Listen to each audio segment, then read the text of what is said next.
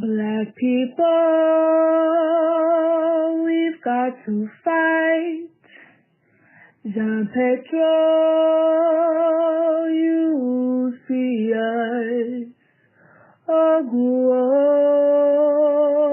we've got to fight. Let's go fight. Oh, Black people, we've got to fight. Zumbi, you see us. Oh, we've got to fight. Let's go fight. Oh, Black people, we've got to fight. Yes, Santa, why you see us? Oh, we've got to fight. Let's go fight. Oh, Black people, we've got to fight. Bookman, you see us. Oh, we've got to fight. Let's go fight. Oh,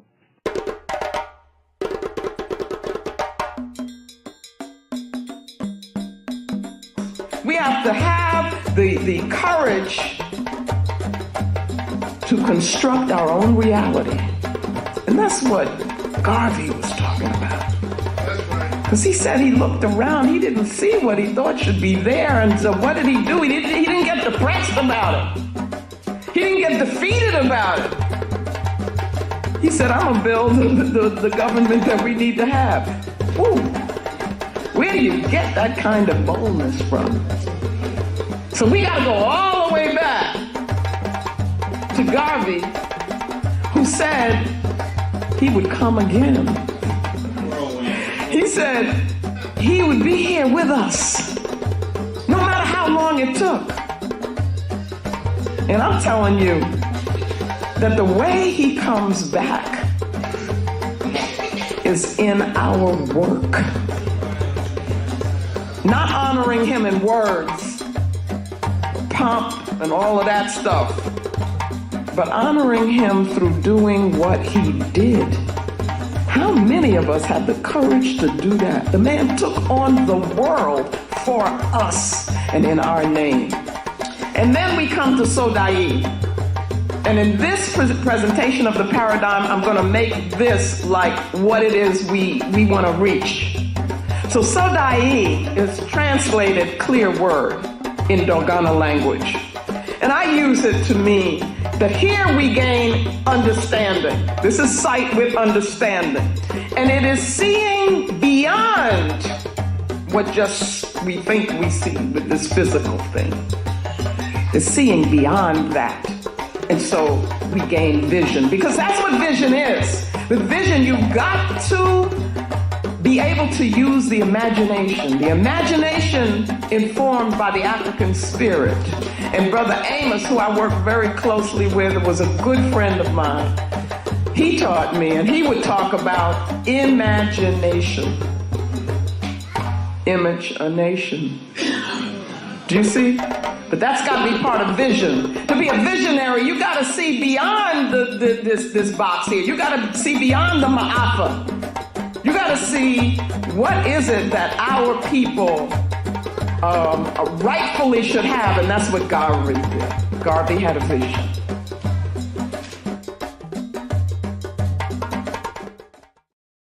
New era, new transition.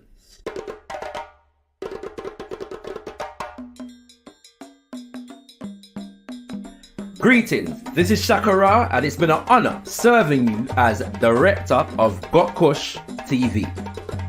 Over the past few years, we've brought you the pilot of the Black Root Economic Show, many seasons of Wordsmith, The Insight, and the ever-popular Decipher.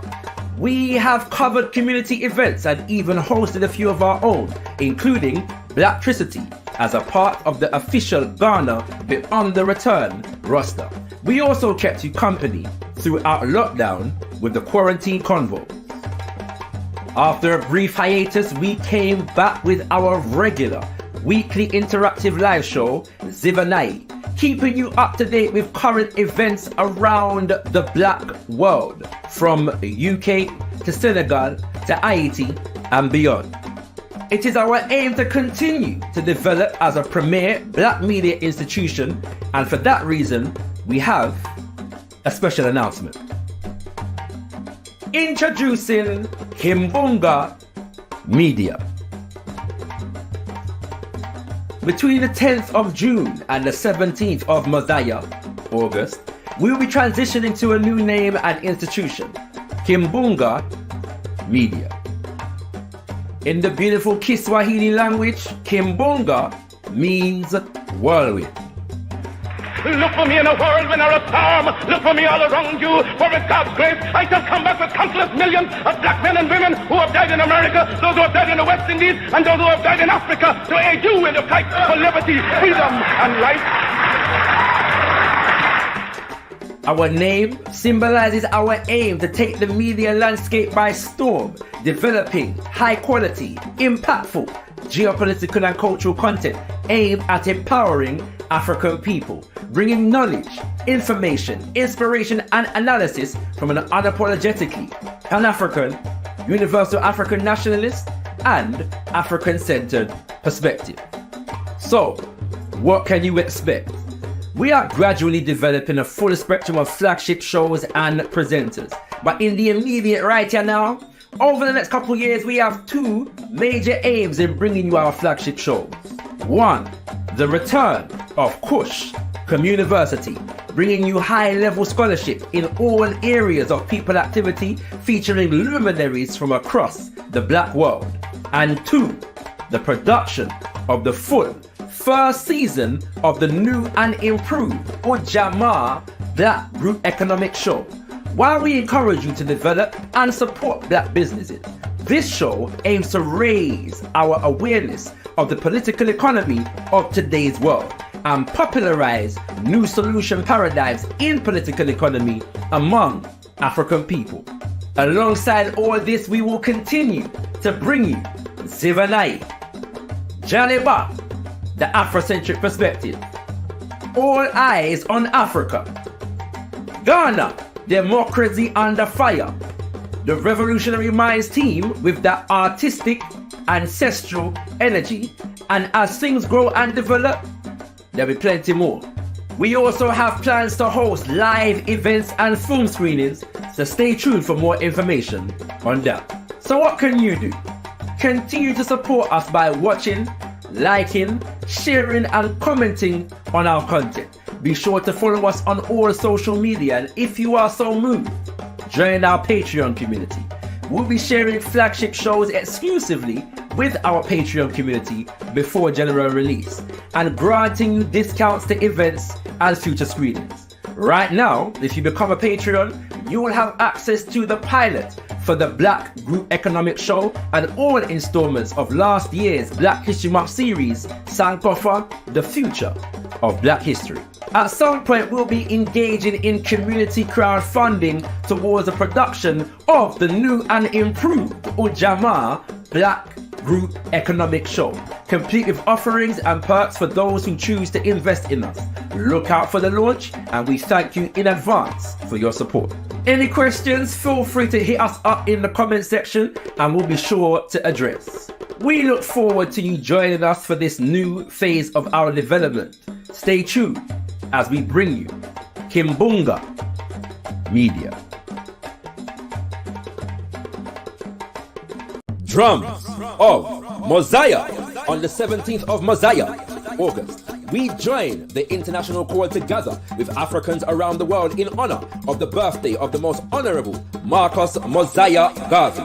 Bring your drums, your shekere, agogo, umbira, your balafon, all percussion, and huna on a drum. Bring your dancing feet and join us as we raise the vibration in honor of our ancestors. Taking place on Saturday, the 17th of Mosiah, August, from 5 p.m. at Windrush Square, Brixton, SW2 1JQ. Drums of Mosiah. This is an event not to be missed.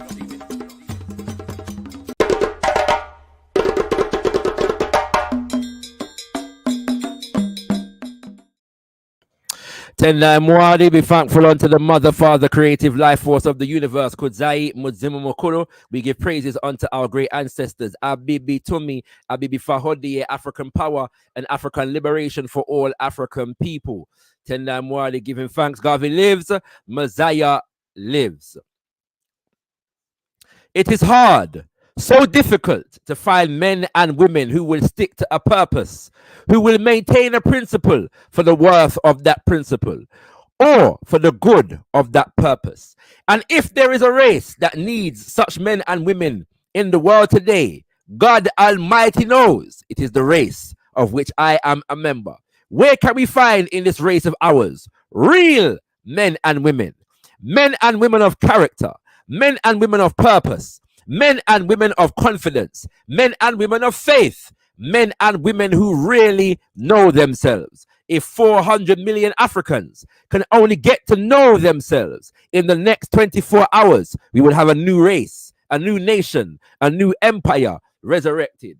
Such is the wisdom of the most eminent prophet and king, His Excellency Marcus Mosiah Garvey. Say hail to the power of the word, brothers and sisters. And that was our affirmation, Mosiah's lamentation for day 15 of the month called Mosiah. We are 2 days away from the completion of our transition from Got Kush TV to Kimbunga Media. And so we want to thank you for being here for this extra special session. Before I bring on our regular scheduled guest, let me greet the good audience and those who have commented in the chat, namely Imhotep over there, said Imhotep over there in Trinidad, namely Brother Rakim Shabazz of Why is the Dome TV, over there in, I forget which city Brother Rakim is in, you know, it's not Texas, state. But yeah, forget the city. My man has moved around like a piece. I forget which part him there. You know what I'm saying? So give thanks for the international, international nature of the audience. And we want to apologize slightly for starting a bit later than scheduled. Yeah. A bit of a misunderstanding in the start time, but we are here. And so we want to encourage you to hit the like button as you come through, and we want to encourage you to share the link far and wide. Let the people know that Shakara is live with Elder Cecil Gutsmore right about now, and we are going to delve deep into a subject matter: the global meaning and effects of the objective crisis in the praxis of Marxism. Yes, indeed, brothers and sisters. Now, I wonder, Shakara, oh, you have always session on Marxism. It's what I go on, Shakara.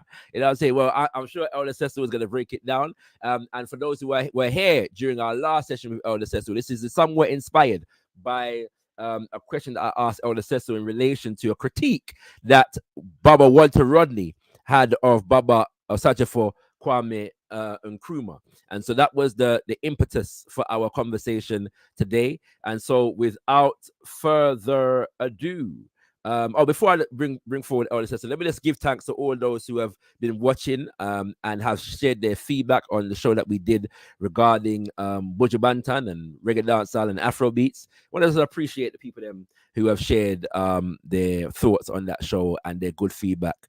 We're getting some good feedback from it, so I give thanks to all. All right, brothers and sisters. And without further ado, let me bring forward our special guest, Elder Cecil. Tell them why. Greetings, Elder Cecil. Greetings to you, my brother. And let me say that it's great to be with you again. Let me say that I regard you as a brilliant young member of our community. And I hope that not only with you, but with what I'm hoping is a positively critical, because learning body of viewers and hopefully growing body of such. Absolutely.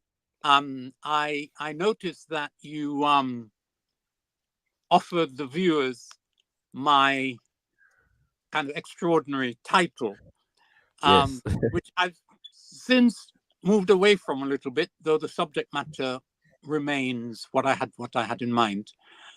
So that what you just put out as the title contradicts, or the what the show has been built as, which is Walter Rodney versus Kwame Nkrumah. And there is even a threat or promise that a certain elder Cecil Gutsmore, for better or worse, yours truly, will explore the difference between Walter Rodney and Kwame Nkrumah and how they reflect the crisis in Marxist discourse and its relevance to African people. Actually, and you just mentioned that as well, because you had raised Walter's critique of Nkrumah on the last occasion we were together. Actually, I don't want to focus on that, although I believe it to be important. I'm actually interested in a broader issue than that, of which that debate is a part. And that takes me to what is the slightly comic topic that I want to offer. I grew up in Jamaica in the 1950s when what became roots reggae was beginning to emerge. And some of that stuff was on the radio in Buff Bay, where I came from. Some of it was on jukeboxes there, and some of it were on sound systems, which set up wonderful instruments in the air that you could hear literally for miles. So we, ordinary people, whether you had radios and the equipment yourself or not, actually heard the music. And there was at that time, 59, 60, 61, a certain song entitled Hallelujah or We're Gonna Pray. And the title of that song influences what I now want to call my title, which is We're going to think, strategize, organize. And then the comic bit, the rock wants a hiding place for itself. And anybody who knows where that comes from knows that there's a passage in the Bible about in the last days how things will be so dreadful that the rock will want a hiding place for itself. Now, the rock I have in mind is Marxism. And I'm in fact saying that Marxism itself needs a refuge from the condition in which it finds itself today. And that's really what I want to talk about. Not to talk about Marxism, but to talk about the fate of the oppressed, and especially African oppressed people in the world today. When we were last sharing, when you and I last shared with the listeners and viewers, folk might remember that I was arguing the nature of revolutionary Pan-Africanism and also expressing directly or indirectly, quite firmly, the fact that revolutionary Pan-Africanism, if we take it to be the liberatory theory and practice of the African masses worldwide, is not in a particularly successful mode at the moment. And what I want to suggest is that the same applies to revolutionary Marxism. And so, right, now why does that matter? It matters, it seems to me, because for better or worse, two major philosophical positions, ideological positions, if you like, emerged and dominated the world in the period from, say, the middle of the 19th century, possibly a little bit earlier than that, through to today. And those two ideologies, if you will, are revolutionary Marxism and nationalism. Now, both of those have their obvious defects, and they also have their disgraceful manifestations. So Hitler represented let us say, the worst of nationalism, nation-state-driven national identification. Not that we should go down the road of actually saying that Adolf Hitler represents the worst things that his people ever did, because worse things than the Holocaust actually happened at the hands of Europeans all over the world in the last 500 years. But for these purposes, National Socialism, Nazism, represents the worst manifestation of nationalism specifically. Similarly, it can be argued, I know this is disputed, that revolutionary Marxism has a gigantic blot on it as a result of something called Stalinism, which is a word for what the Russian leader, Soviet Union leader, Joseph Stalin, did from really in the early 1930s through to the time of his death, which is not all that long ago, a few decades ago. Now, what I want to argue is that independently of those low moments, which is not the way to judge any entity, not vice versa, that there's a much more important judgment that has to be made regarding Marxism and revolutionary nationalism. And it matters because, or matters further, because revolutionary nationalism and revolutionary Marxism, for better or worse, have frequently occupied the same space. If you look at amongst the most distinguished of African revolutionary thinkers of the last 100 years, you will find a significant proportion, probably an overwhelming majority of the better of them, were influenced by Marxism.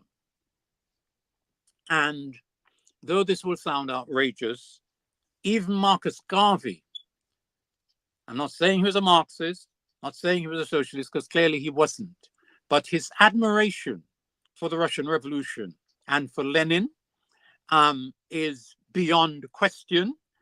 And what Garvey believed was that Lenin, through the Communist Party, had carried out a very important work on behalf of poor white people, and that we Africans needed, through the UNIA and other related movements and forces, to do the same for African people and liberate Africans from the same effectively repressive, exploitative forces. Now, if that ideology, Marxism, revolutionary Marxism, is in trouble, and I argue that it is,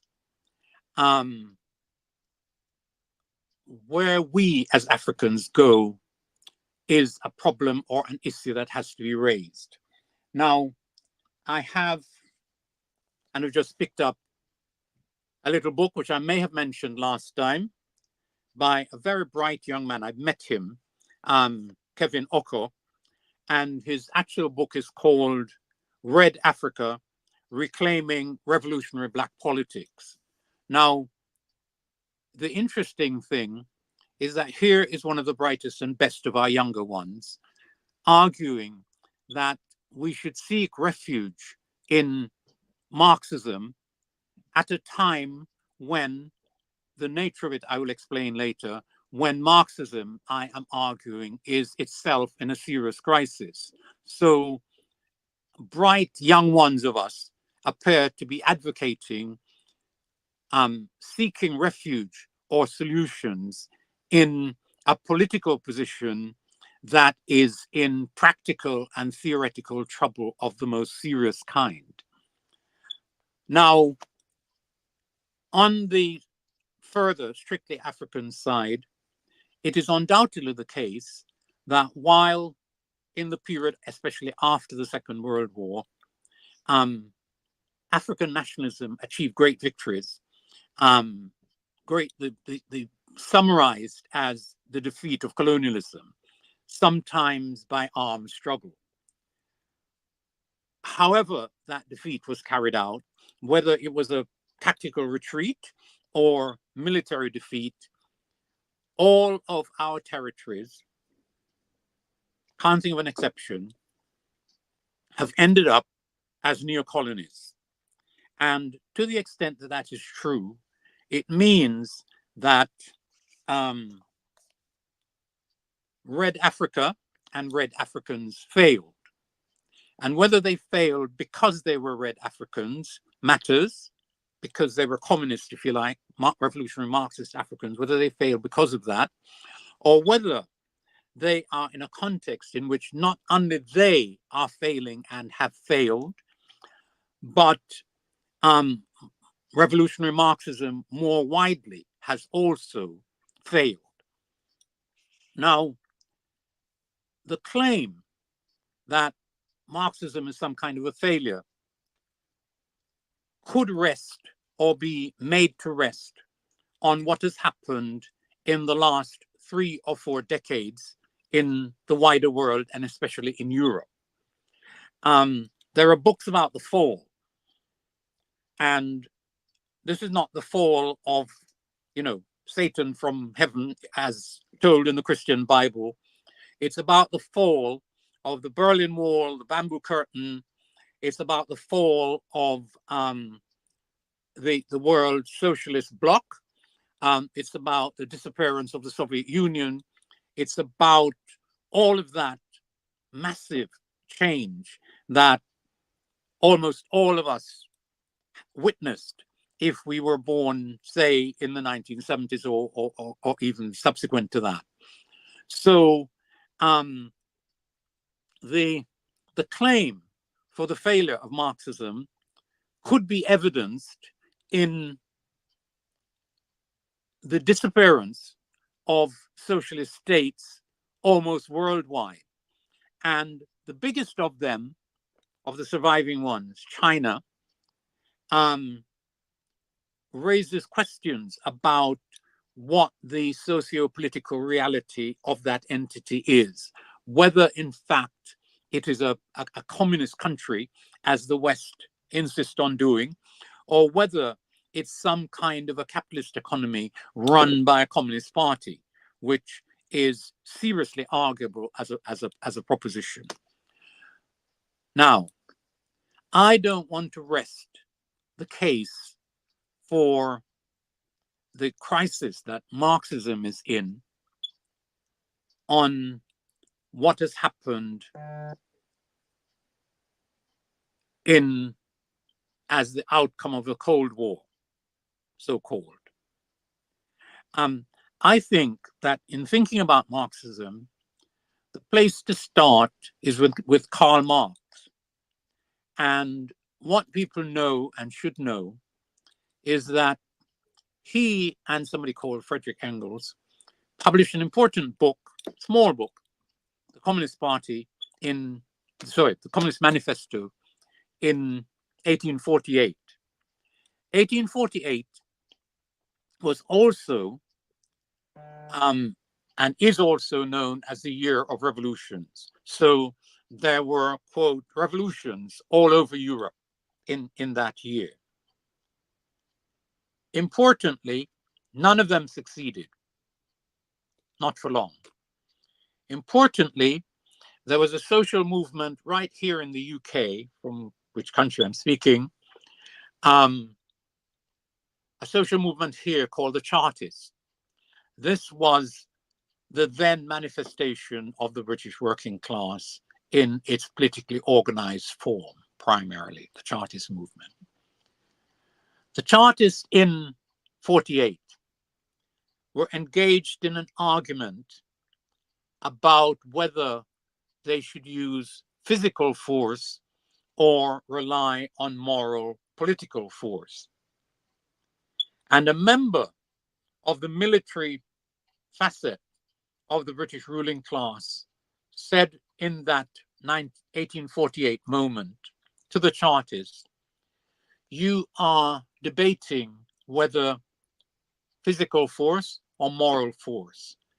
It would help you to remember that it is us, the masters, who have the physical force. It would help for you to remember that that is so. And the Chartists did not win in Britain in 1848, and nor did other, even more radical revolutionary movements win anywhere else in the European world either.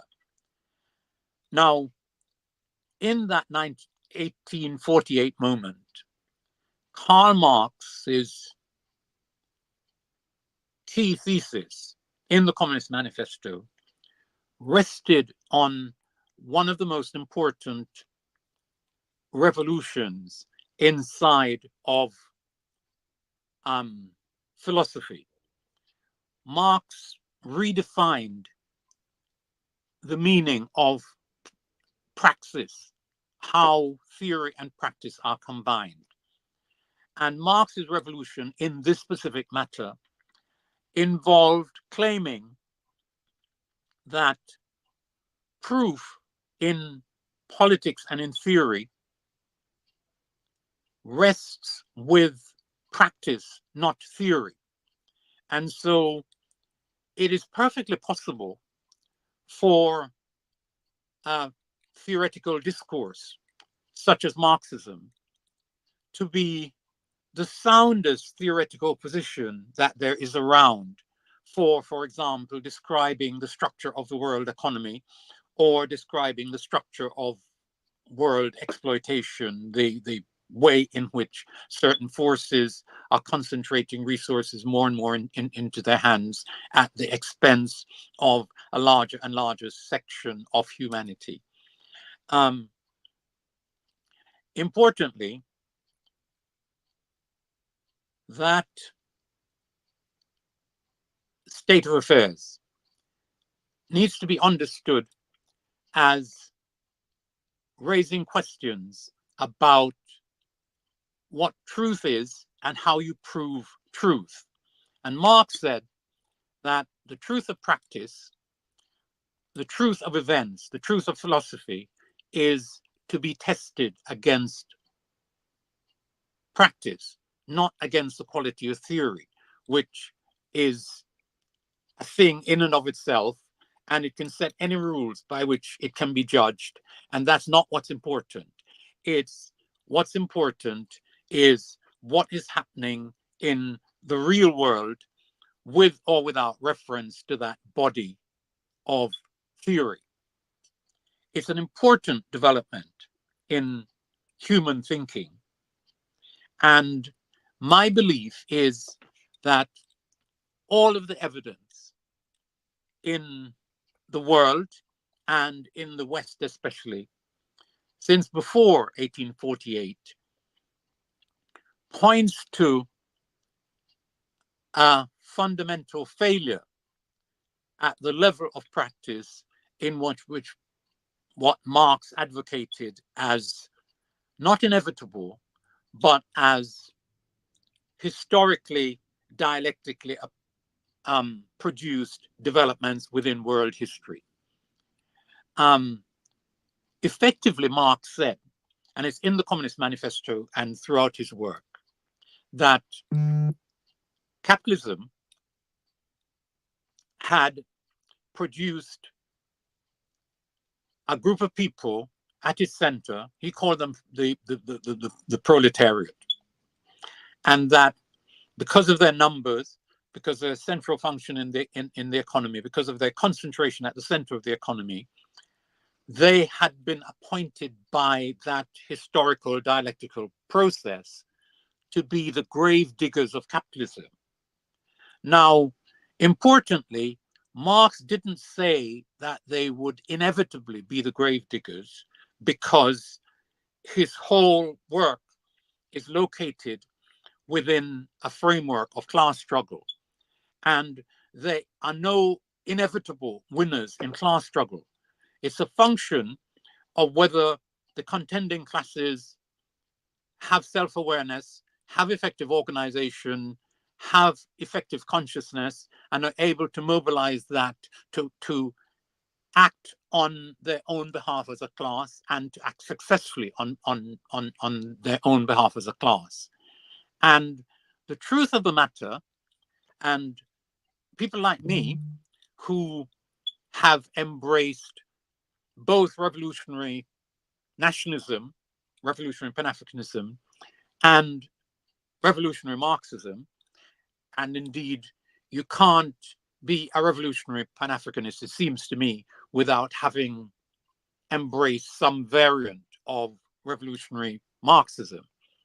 But people like me now have to look at the reality of the world and have to face up to the question and challenge of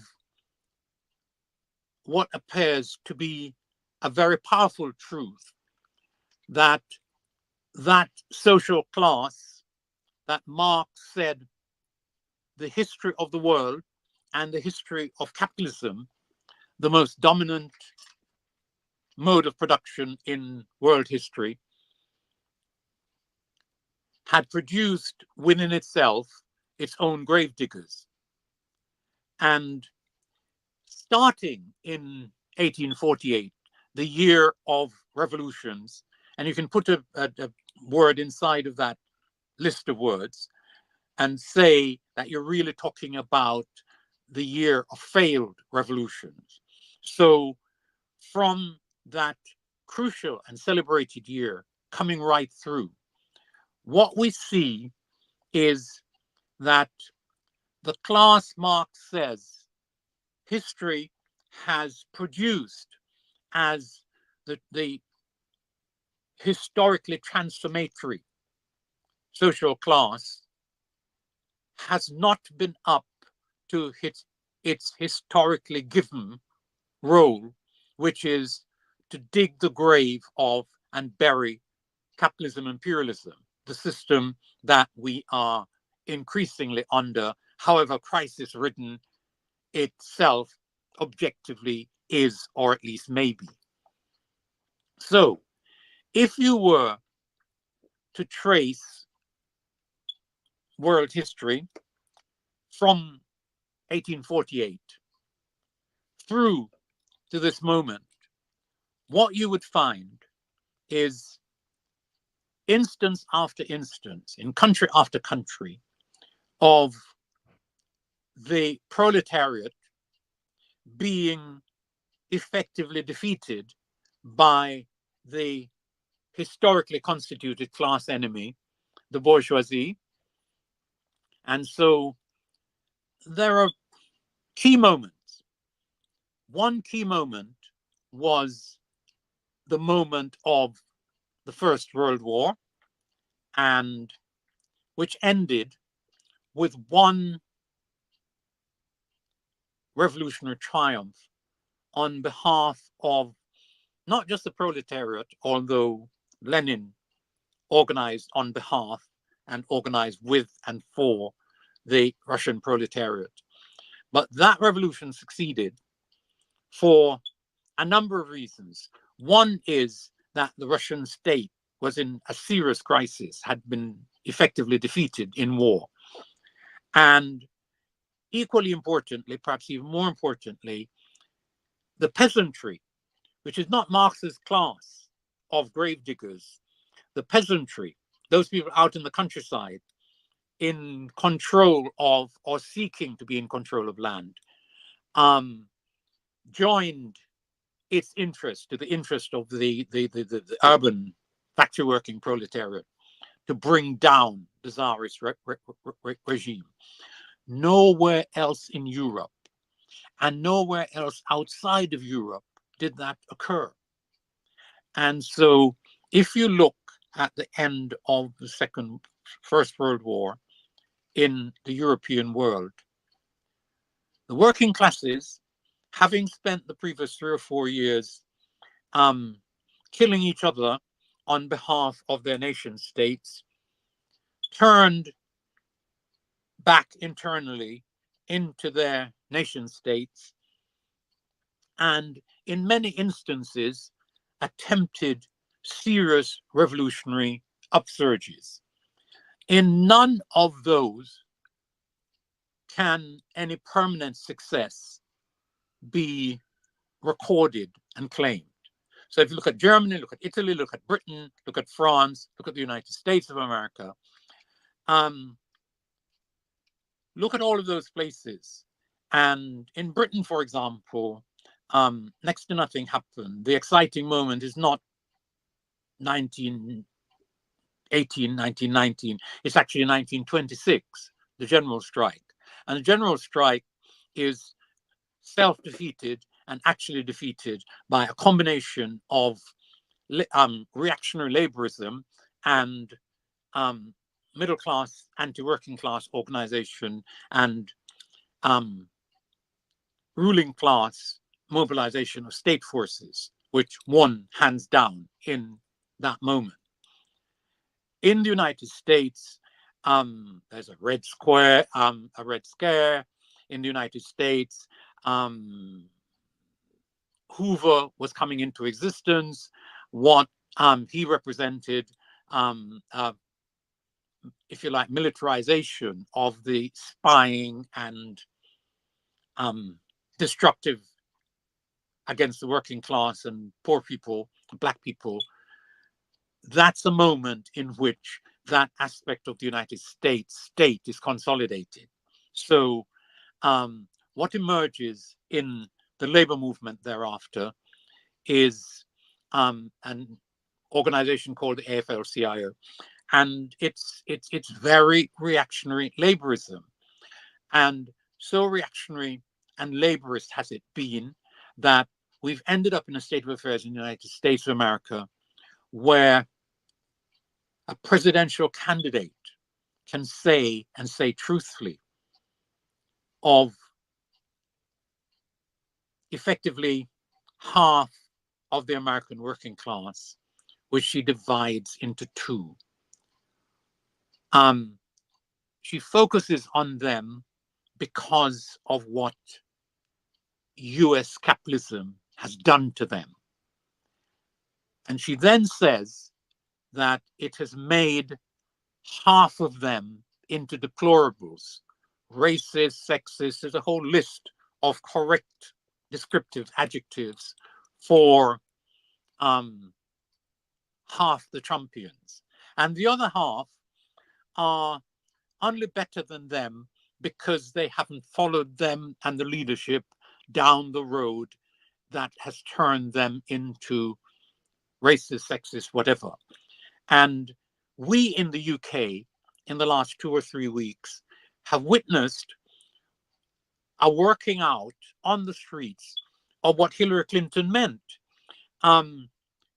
White working people, Marx's gravediggers of capitalism, have been so detached by the workings of the capitalist system itself, capitalist ideology, etc., so detached from their own objective reality that they've been persuaded that a ruling class that is paying them next to nothing, that in the case of the UK has invested such money as exists here, stolen from abroad and then reinvested it elsewhere, that has left productive industry to rot. There's no motorbike, no car, no shipping industry here anymore. And insofar as there's, for example, a car industry, motor car industry here, it's actually Japanese and Indian capital. And a lot of it is here because Britain was in the EU. Britain was in the EU because there was specific, desperately sought after economic benefits to the British ruling circle for going into the EU, which they had foolishly declined to go into at the founding moment. It was actually their idea. So white British working class people, Marx studied the working class here more than anywhere else.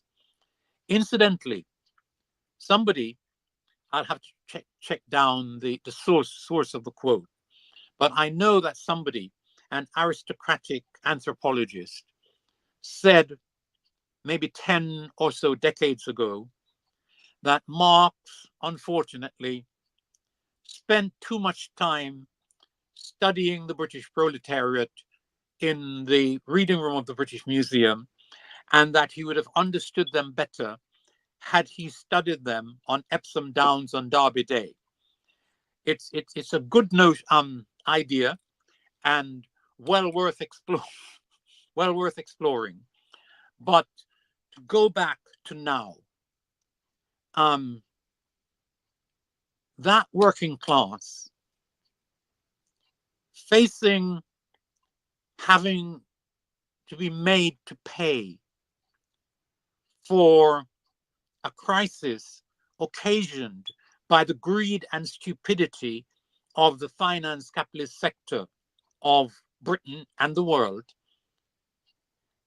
has allowed itself to be persuaded that it wasn't benefiting from being in the EU, and that it is emigration that has caused the hardships that they have had imposed on them by their ruling class, that in a moment of stupidity actually campaigned to get them out of the EU, contrary to what had previously been the case when they had, broadly speaking, the more sensible of them, consolidated for British EU membership against the notion of Brexit. So what we have is Marx's gravediggers of capitalism constituted historically into that role and place by capitalism itself, now appearing as, at best, Mrs. Clinton's deplorables, or our pathetic white working class, usually working class, people on the streets in defense of their borders, which they say have been taken away from them, their money, which they say have been taken away from them, their laws, which they say have been taken away from them, and guess by whom? Us, black people, migrants, right? And you're not even sure. You know that the racism of Marx's working class here is such that when they say immigration, they really mean black people.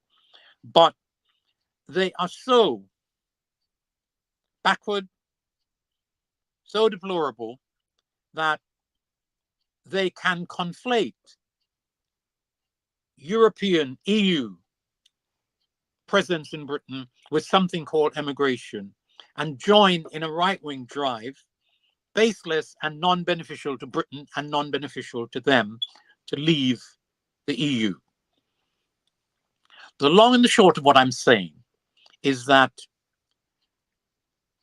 Marxism, revolutionary Marxism, fails its own key test.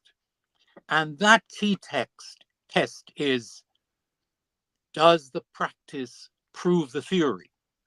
And I am afraid over the period from its founding moment in 1848, although Marx was moving in that same direction for a good decade before that and wrote good stuff before 1948. But from that moment on, we haven't seen Marx's working class equipping itself ideologically and organizationally to be the class that will dig the grave of capitalism imperialism. And so it is on that basis that I assert seriously that we who are interested in revolutionary change can't just blindly say, as there might be a tendency to do, that there is something called scientific socialism waiting there to be properly accessed and used effectively as part of our liberation process, because the historic evidence relating to it and its effectiveness is not in its favor, even though it happens to be the case that historical materialism, Marx's theoretical work, one name for it, remains, and I'm in no doubt about this, remains the most powerful available description of the nature of the world economy in which we live and how it operates as, from its center, an extractor and controller of resources, how it has organized the impending destruction of the world at the climactic level, how, as we speak, we've watched it enabling Israel and the Jewish people committed genocide of Palestinians in in Gaza and elsewhere in historic Palestine. And so we as Africans can't believe any longer that there is this scientific theory waiting to be accessed and deployed as our theoretical and practical, our praxical, if you will, savior. It's just not there. And on its own terms, it is a failure. And so what we have to do is to, as my title suggests, think, strategize, organize about our actual situation. And that may well mean, and undoubtedly should mean, calling upon some of the theoretical categories that Marx has made available and which are useful. Some key Africans have utilized those categories and enriched them since the Second World War. And our young brother focuses on two of them who matter. One is Kwame Nkrumah, and the other is Walter Rodney. Both extraordinarily interesting intellectual activists. Now, Rodney is the newer of them, and I'm sure, for what it's worth, the brighter of the two, and also the more recent of the two. So he had more recent experience to call upon. But both were brought down by the system that they were fighting. Nkrumah by a bourgeois right-wing revolution inside of his country, carried out by a class that shouldn't have existed in his country if how he analyzed that country was actually true. There shouldn't have been any effective bourgeoisie in anywhere to be found in his country, Ghana, but they were there. Now, Rodney is critical of Nkrumah, rightly so, but there's scope for being critical of Walter. And it may be that we should return to this particular debate at some early stage in the future. But in respect of Walter Rodney, we have him operating in 3 neocolonial terrains. In Jamaica, he wasn't a citizen or there by birth and was thrown out by the neocolonial government. In Tanzania, he was not a citizen by birth and left favorably disposed to by the powers that be there, but also having attracted their suspicion and so on. And so he returned to the terrain, the neocolonial terrain in which he was born, and was killed by a combination of that neocolonial regime working in combination with the United States' desires to eliminate Walter Rodney. Now, there is an extraordinarily incisive little paper. It's a lecture delivered by somebody called Hubert Devenish, a Guyanese philosopher and linguist and activist who was for a time professor of linguistics and philosophy at the University of the West Indies at Mona. Hubert delivered a talk on Walter. It is, I repeat, an incisive document and well worth accessing. But crucially, inside of that critique, analysis, we find Walter passing up what looked like his only opportunity in Guyana to take power. And the details of it, people should go and look at again. But there was a moment in the capital of Guyana where something happened that the neocolonial state was entirely unprepared for. No assembled armed state force standing by. And where the people had gathered in their thousands on the street.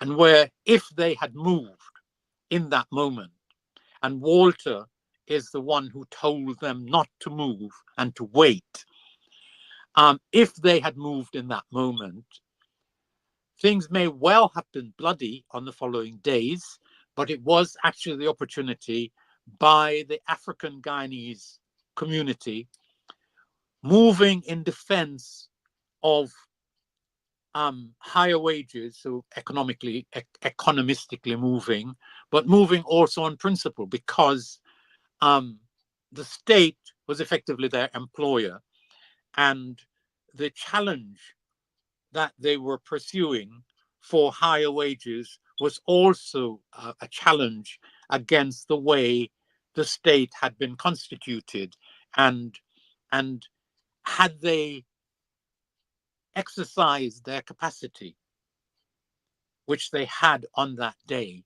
to just go and take over the state, things may very well have been different. And it is Walter Rodney who said, wait, follow not me, but your trade union leaders. And the trade union leaders were not revolutionaries. And they were ready to wait because they were not committed to the social change that the people needed, that Walter knew they needed, and that he should have led them to take or to seek to take. So it is possible to explore critically Walter, the critic of Nkrumah. It is possible also to say, and this is the last thing that I want to say, that Walter was an extraordinarily powerful thinker, Rodney, extraordinarily powerful thinker. And so much so that there are white self-proclaimed revolutionary forces that are seeking to utilize Walter in order to destroy his message. Now, nobody who is Eurocentric, who doesn't believe, for example, that European working class, white folk here, benefited fundamentally and deeply from colonialism and imperialism, nobody who believes that can really seriously be an adherent to or a praiser or pusher of Walter Rodney's work.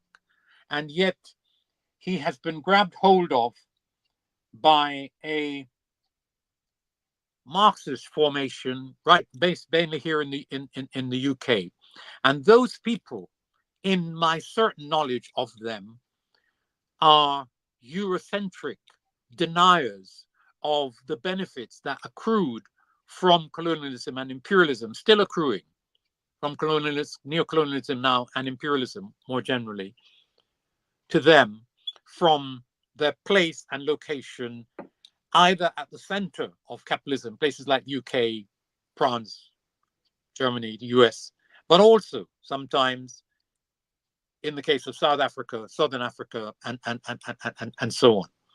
So we need those of us who value Rodney and value fine African revolutionary thinkers to be careful of the largely white organizations that are taking hold of Walter and appearing to praise him, but are really intent on destroying him, his reputation. I want to stop it there. Boy, Elder Cecil, you stopped at a very intriguing point there, so you know. An entirely intriguing statement.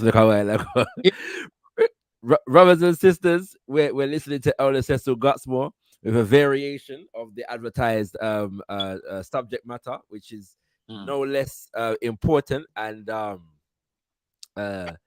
in depth and raising many questions in my mind. I am going to share the link now. So if you all have questions for Elder Cecil, you can feel free to come through by clicking that link. And if you would prefer, I'm coming to you, Elder Cecil. If you would prefer to type your questions, yeah, please at Kimbunga Media. I'm gonna bring up the things everybody still learning for spell Kimbunga. For those who are not aware, we are currently 2 days away from the completion of a transit. Go there, sister. Go on. No, just excuse me a moment. Hey, our sister was dropped off, but no worries. I'm sure he'll be back. Yeah, no problem. All right, our sister will be back in a second. All right. Okay, brothers and sisters. Yes. Go on. Yes. Okay, brothers and sisters. So yeah, if you would prefer to type your question, please at Kimbunga Media, yeah, at Kimbunga Media. Oh, I know that's many words, yeah. So many characters, and you got limited characters. So if you just at Kimbunga, everything blessed. Kimbunga, and that just notifies me that you would like your question or comment to be read for the consideration of Elder Cecil Gutsmore. You can also feel free to super chat, and if you super chat, there's no need to at anybody or anything. We will pick up your super chat and present it thus, yeah. And we also want to let you know about a very important show that we have coming up. Well, two actually. So for those who are paying attention, you will have seen the launch of the Sankofa Speaks, which is hosted by my Empress Nahanda Sankofa, and that the first episode of which was released on Thursday last week, yeah, featuring an interview with Queen Mother Nzinga Asata, who is a stalwart organizer, brothers and sisters, in our community globally. I was about to say in the UK, but globally, really and truly. And so a very, very important conversation. And Sankofa Speaks is really dedicated to hosting nation building conversations centered on, but not exclusively, African women and womanhood issues, yeah, family, community, etc. And so coming up next week Thursday will be an interview with our good sister Kenya Malinke Mansare in Sierra Leone, and so we're going to be releasing that next week Thursday, so do stay tuned for that, brothers and sisters. And I also want to let you know about a very important show coming up, which is going to be hosted by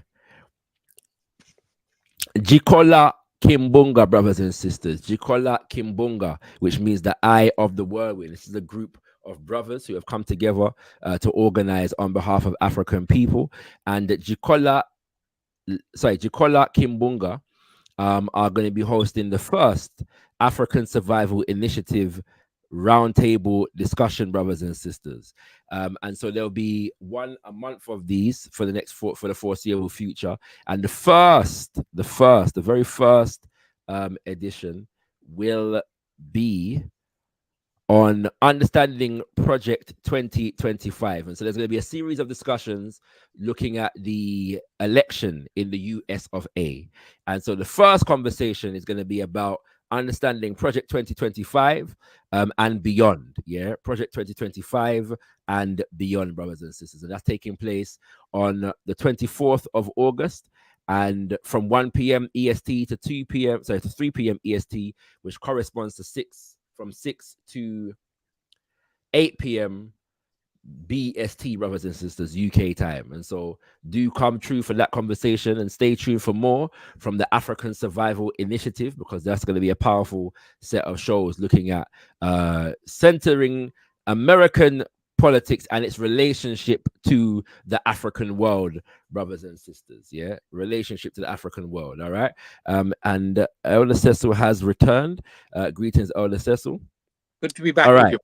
Yes, my Elder. I'm just trying to make sure that I pin the link to the top of the chat, brothers and sisters. You can feel free to come true by clicking that link, and Elder Cecil will be ready and waiting to receive your comments, your questions, your critiques, yeah, your additions to. Is there any way that I can see them? The questions. Yeah.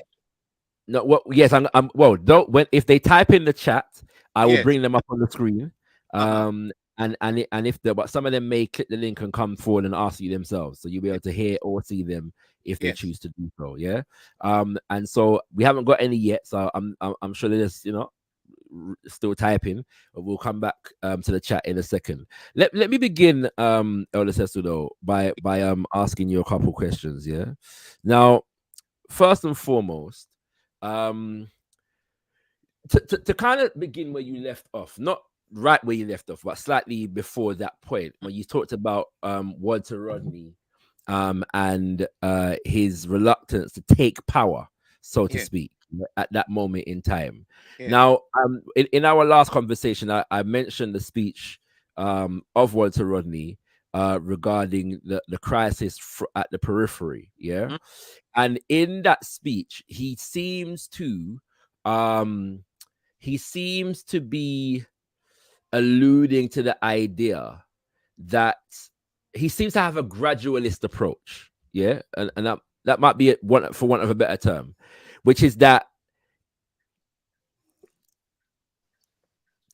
the ideas of the masses must be basically what is guiding political development at all times. Yeah. And so is it the case, and would I be correct in assuming, because I'm not familiar with that particular dynamic, but would I be correct in assuming that his contention was that the trade unions are representative of the voices of the masses, and that he would have seen, or he might have considered, taking power at that point to be an act of authoritarianism? Would that be an accurate reading of the dynamics? Right. There is substance to that, but it's kind of more complicated than that. Go ahead. Hubert Devenish's account of this, which is what I'm relying on, makes it clear that the masses, who Walter says we should follow and also properly lead, were way in advance of the trade union leadership.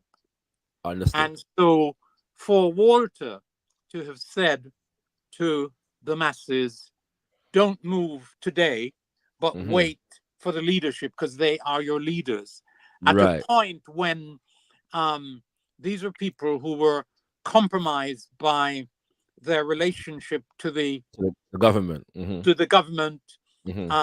by their commitment to laborism and so on. Yeah, laborist economism, if you like.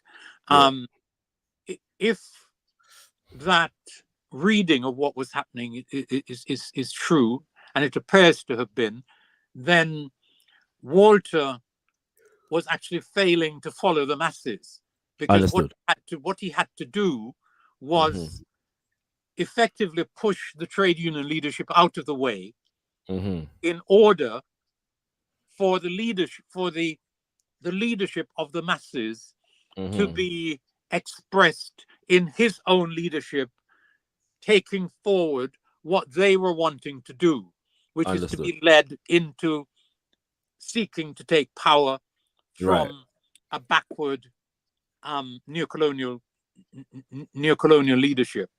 So it's kind of complicated, and it goes to another aspect of Walter, which I think we need to understand. He practiced and believed in a certain personal humility. Yes. And I think that it may be that to be an effective political leader, you actually need a bigger ego than Walter had. and it's not that he had no ego, but it wasn't. It shunned. Right. Expressed in certain ways. In that same paper by Devonish, Devonish says that Walter goes, incidentally, in his first period in Guyana, he wasn't actually particularly well known. And what dramatically improved the masses' knowledge of his presence and of him was the government charging him and some others of his party leadership with arson, of which clearly they didn't do. So it was a fit up. But that is what raised him from somebody who most people hadn't seen and didn't know what he looked like. And Devonish says that Walter goes with 5 or 6 other members of the leadership, or 10 or 11 other members of the leadership, out into a country place, and the people call for Walter. We want Walter.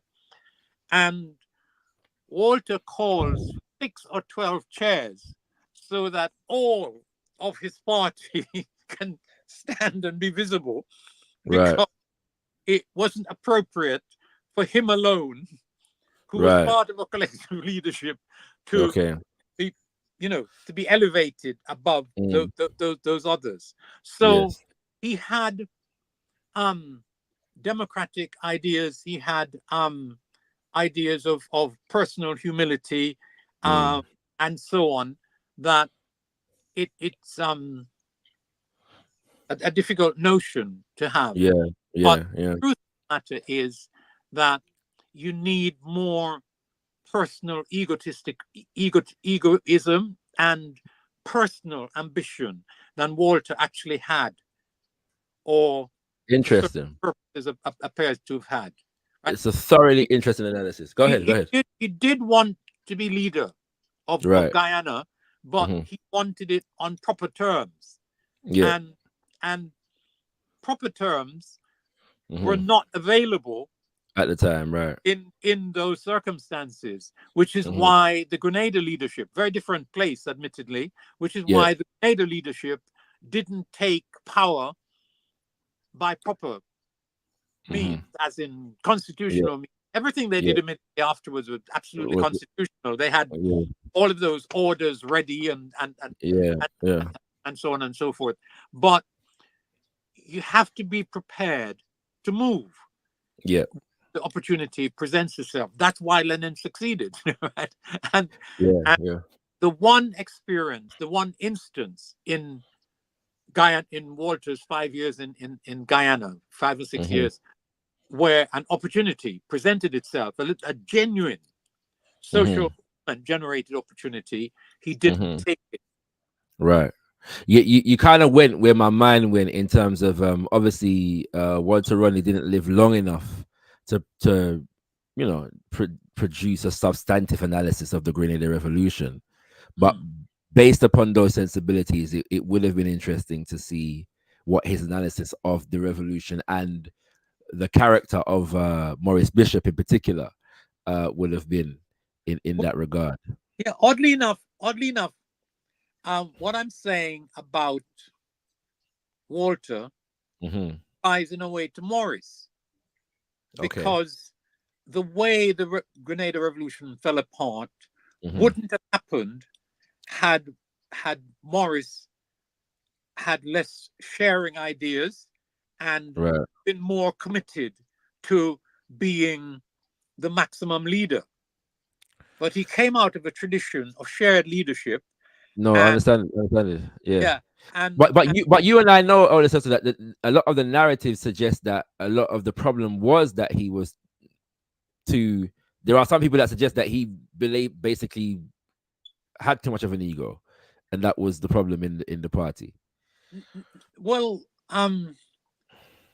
that can cut both ways. Right. Right. And some of the criticism obviously has that element in it. I'm saying that not calling upon any of that, but actually doing an analysis of what objectively happened.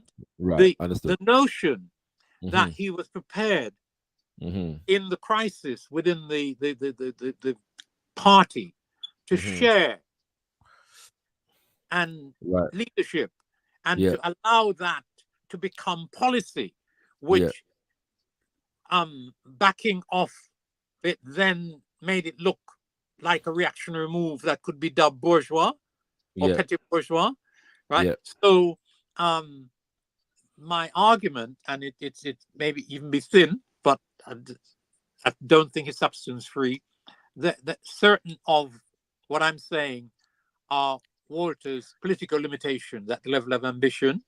Morris had similar defects at the level of not being sufficiently ruthlessly committed to preserving his own power position. There's an obvious question that comes from that, elder sister, so I'm going to ask it before going to the chat, although I do have other questions for you based upon what you said, but it's an important one because it always comes up.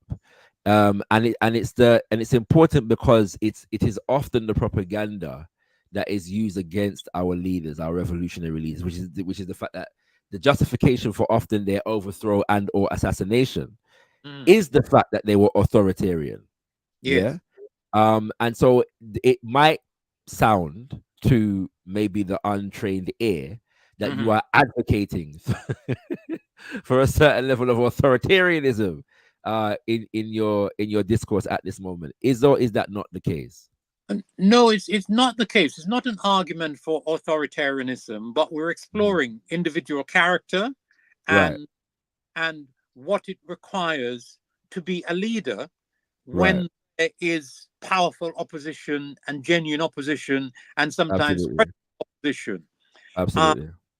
And the two situations that we're very wickedly summarizing, Grenada and Guyana, are very different. But Morris could have, by taking a different line when that crisis blew up in the party, of not conceding shared leadership, which he didn't have to. But his personal disposition allowed him to, and then the claim is that he then took advice about the dangers of what he had conceded, and in seeking to reverse that or slow it down, he then appeared something that his opposition was saying that he was, which was petit bourgeois, because you can't go against party policy, especially when you've agreed to it. So I understand. Now the authoritarian thing, authoritarianism is it's very powerful and it's also meaningless. So it doesn't tell us anything, for example, about Kwame Nkrumah. Nkrumah was interested in preserving power. He had opposition.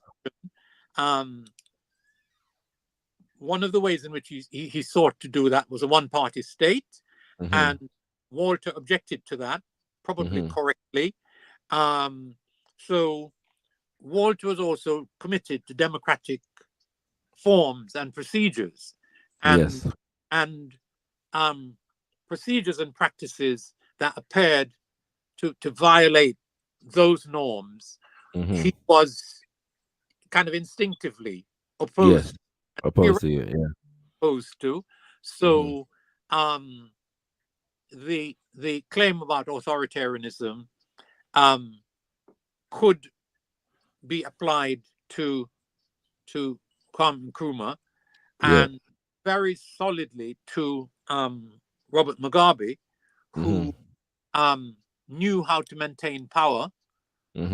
But as against that, it needs to be fully understood that he did have a party that did represent the masses, party of the masses, and that when efforts were made to mobilize against him within his own community and people, the ruthlessness with which he handled that is historic, including clearing slums of people who could be the basis of the opposition, and handling Morgan Tsvangirai so firmly that Tsvangirai ended up signing an agreement that effectively, and put him into office, that effectively conceded the correctness of everything that he came to power funded by the whites opposing. There's so much in that. I'm just reminded of some articles from the New African magazine which investigate the political dynamics of Zimbabwe at the time and demonstrate that really and truly, when you talk about political violence, that the MDC under Tsvangirai were often the initiators of the political violence at that moment, and that the ZANU-PF were often responding to it. So there didn't seem to be a difference of authoritarian tactics, if that makes sense. It's just that Tsvangirai was given the image to the world of being a benevolent democratic soul, and a victim of a tyrant and a dictator in that regard, in the form of Robert Mugabe. But that's not today's subject, so I'm just putting that out there for the audience. I'm going to come to a couple questions in the chat, brothers and sisters. If you have questions, you can either click the link which is pinned to the top of the chat right now if you have questions for Elder Cecil Gutsmore, or you can at Kimbunga Media, and we will read your question for Elder Cecil. At this moment in time, we have two from Rich the African Elder, and the first is, how would you delineate the differences in class identification and cultural identification? How would you delineate the differences in class identification and cultural identification? Okay. I would say it's not a way that I personally like formulating matters, but an orientation which was one of cultural identification would be about stuff like language, music, elements of national culture, and the national could also be racial. Yes, and what is a good text about national identification? The Crisis of the Negro Intellectual, Harold Cruz's book, is about cultural the failure to pursue cultural identification effectively of African Americans, when Cruz says African Americans were the only ones with a genuine culture in the American mix to defend. Right? So if somebody wanted a book which is an argument for cultural identification, Harold Cruz's book, The Crisis of the Negro Intellectual, would be the place to go. Class identification is about economic relations via wages, capital, and so on, to the system of capitalism. And class identification, therefore, is about how you use the place, the location in which you find yourself, the way in which you identify with that and pursue it effectively.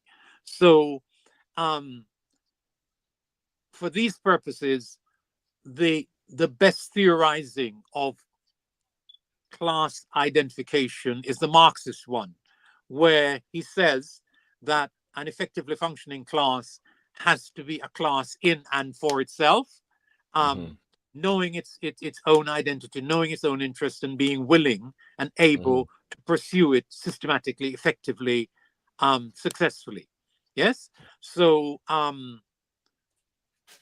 don't know if that helps, but in my own head, faced with that question, it's in something like those terms that I would address it. But explain, because I do have a question coming out of it, but maybe you might answer if I asked you to explain your initial statement in response to the question, which is you don't like to compartmentalize things in that kind of way. What do you mean by that?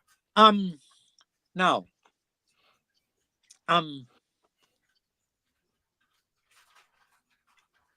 Amy Jakes Garvey and Claudia Jones theorize at different times, but really the same terrain. Yes. Black women's social nature as subject to 3 modes of oppression: as women, as workers, and as Black people. Yes? And 3 modes of identification and 3 concrete interests are involved in that. Women, clearly we're women.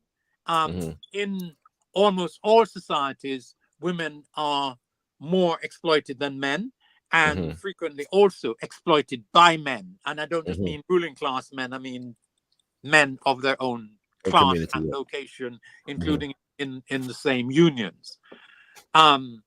So gender, race, Black women being historically at the bottom of the economic pyramid, no matter where you find them in modern historical locations. And then what's the third one? Race, gender, class. And obviously, even though it's used to be, I don't know if it's still fashionable to say that Black people can't be subject to proper class analysis. The truth of the matter is that wherever in the modern world we look at Africans, certainly in the diasporic world, the relationship between us and the main means of production is very limited.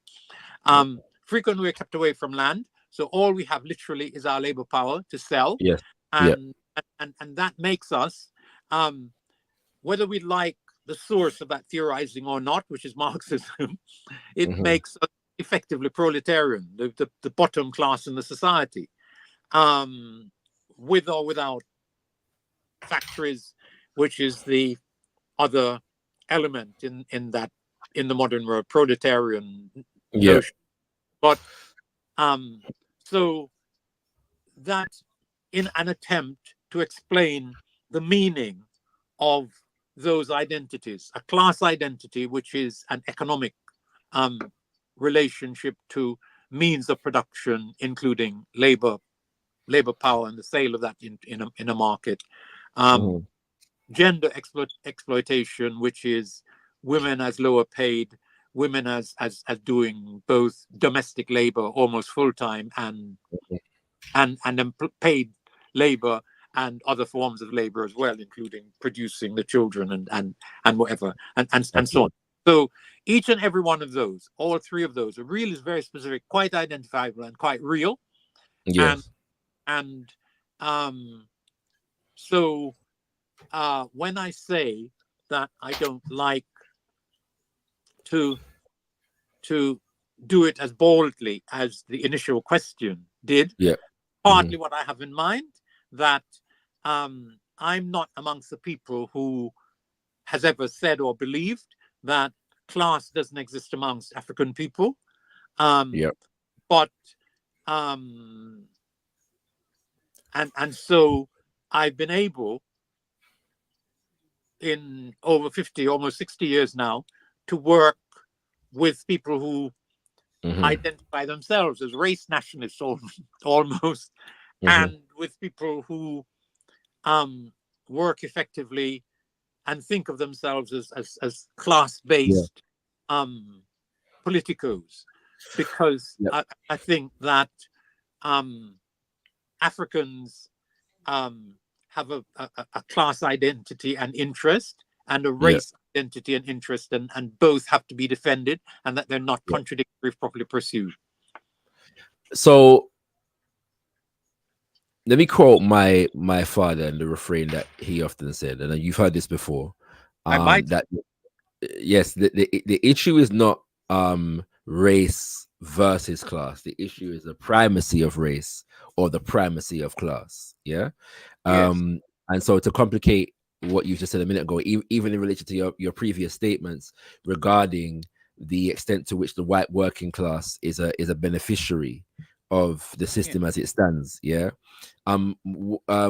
guess the nationalist argument, particularly from a Garveyite perspective, would be that there is no organic, that Marxist analysis in this regard doesn't really address our reality on that point, because it would seek to presume that there is a natural configuration of interest between the African working class and the white working class, and that doesn't exist in reality.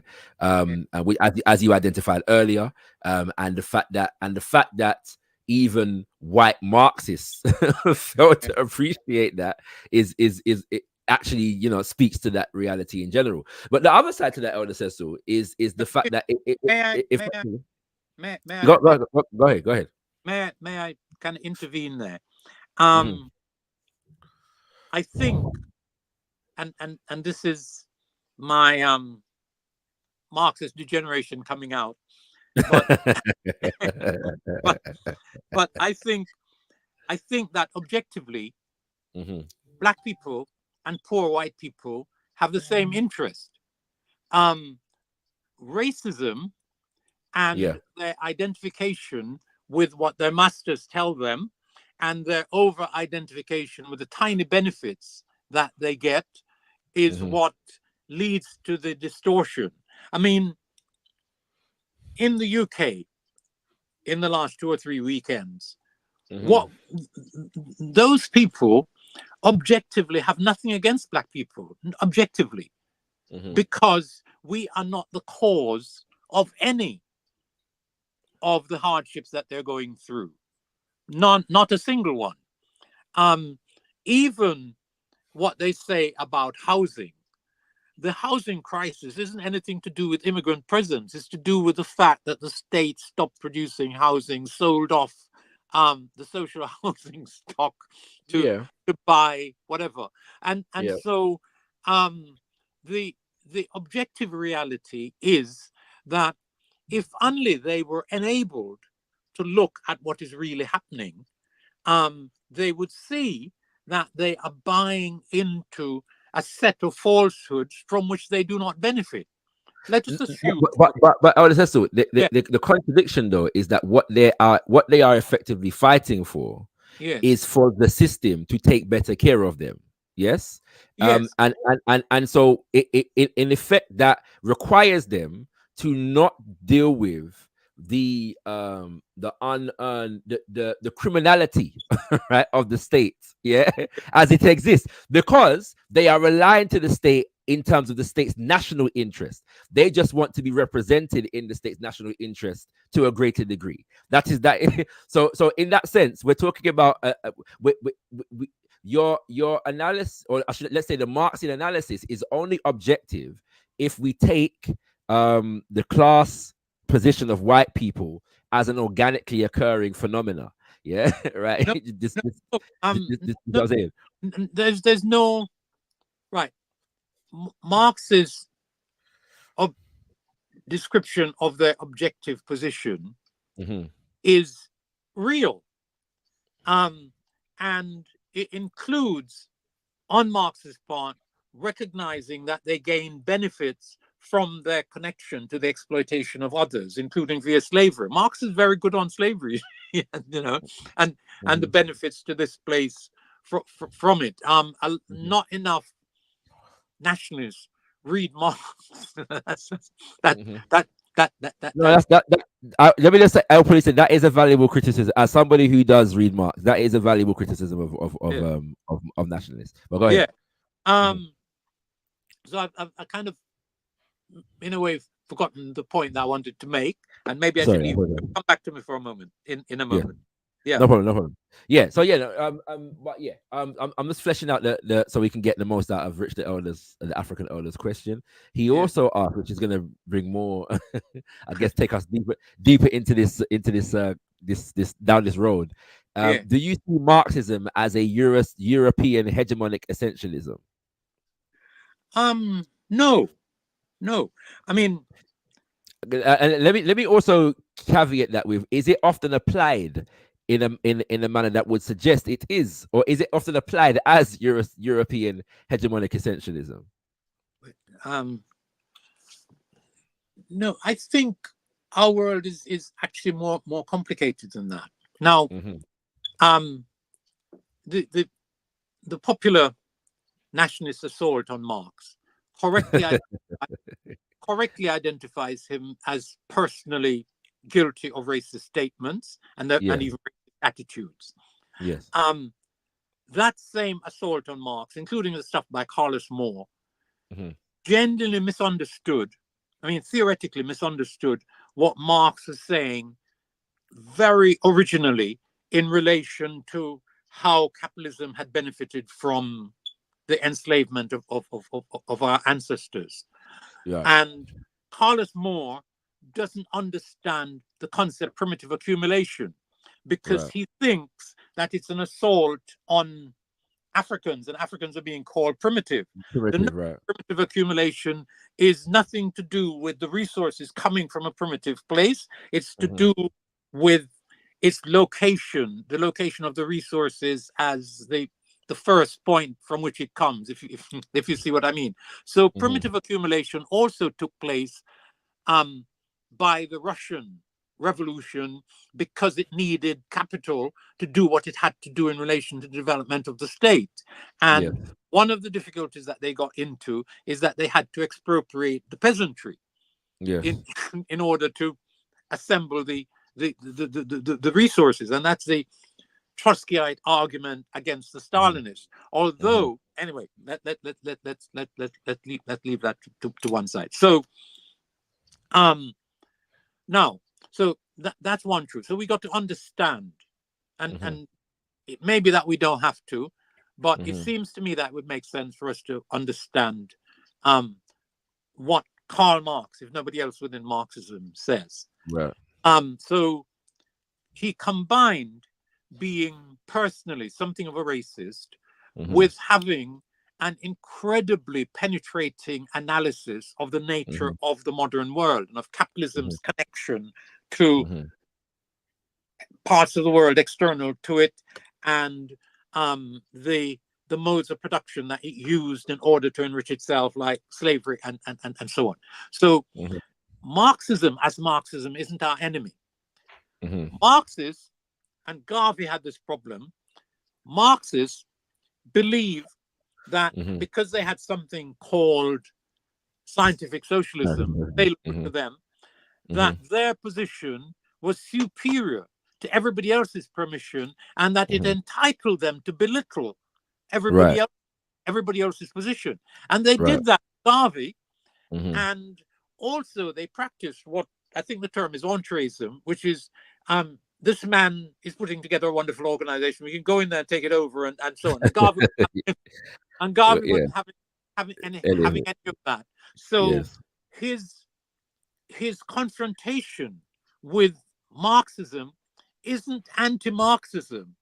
It's a correct assessment of the fact that some people who think they have a superior social ideology are moving disrespectfully and destructively against him, right?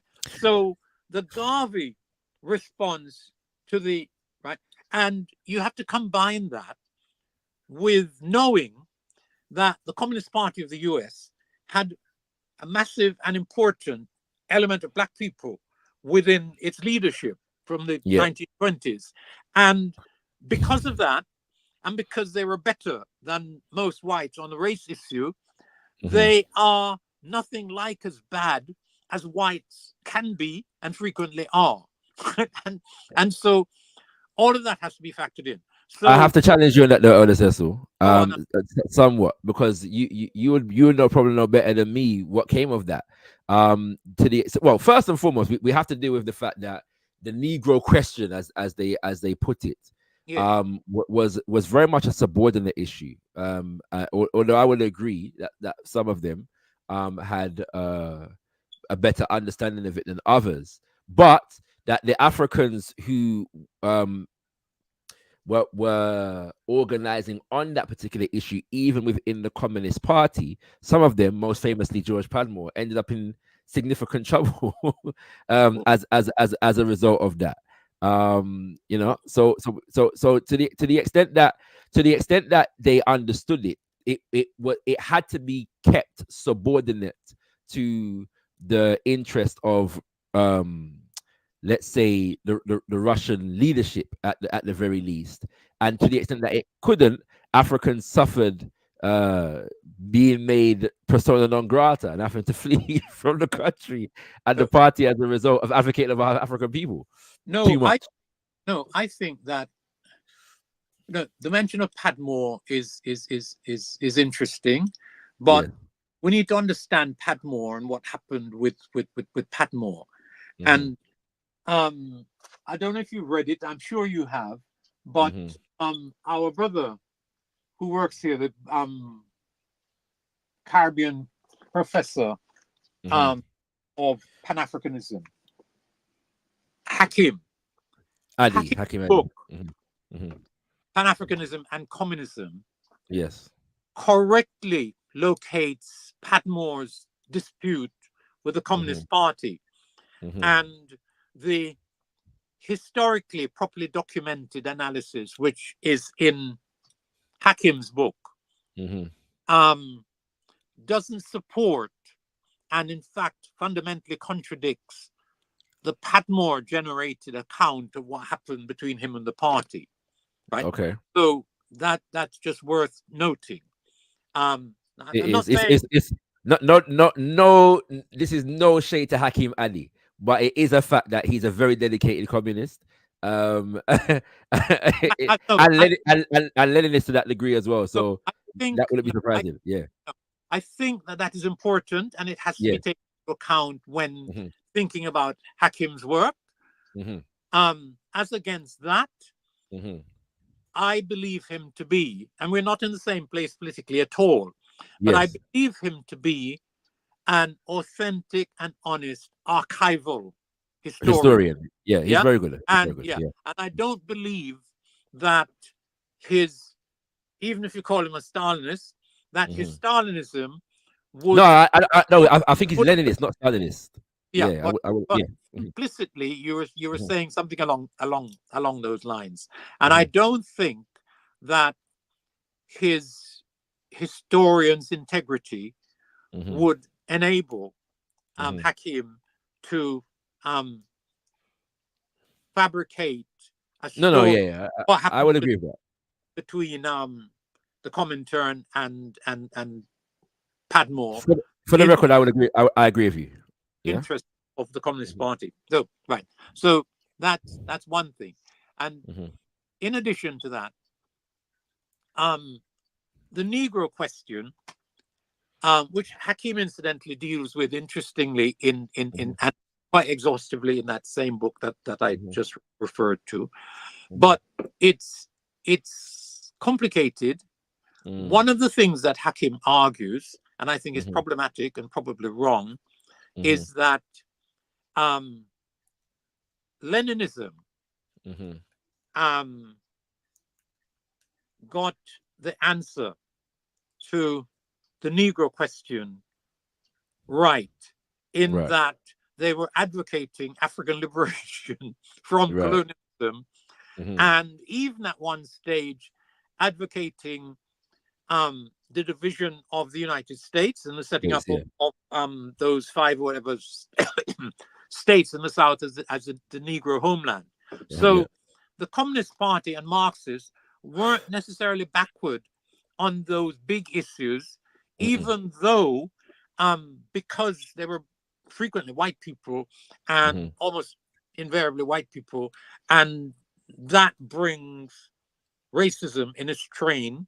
And even the best of them have very great difficulty getting rid of it altogether.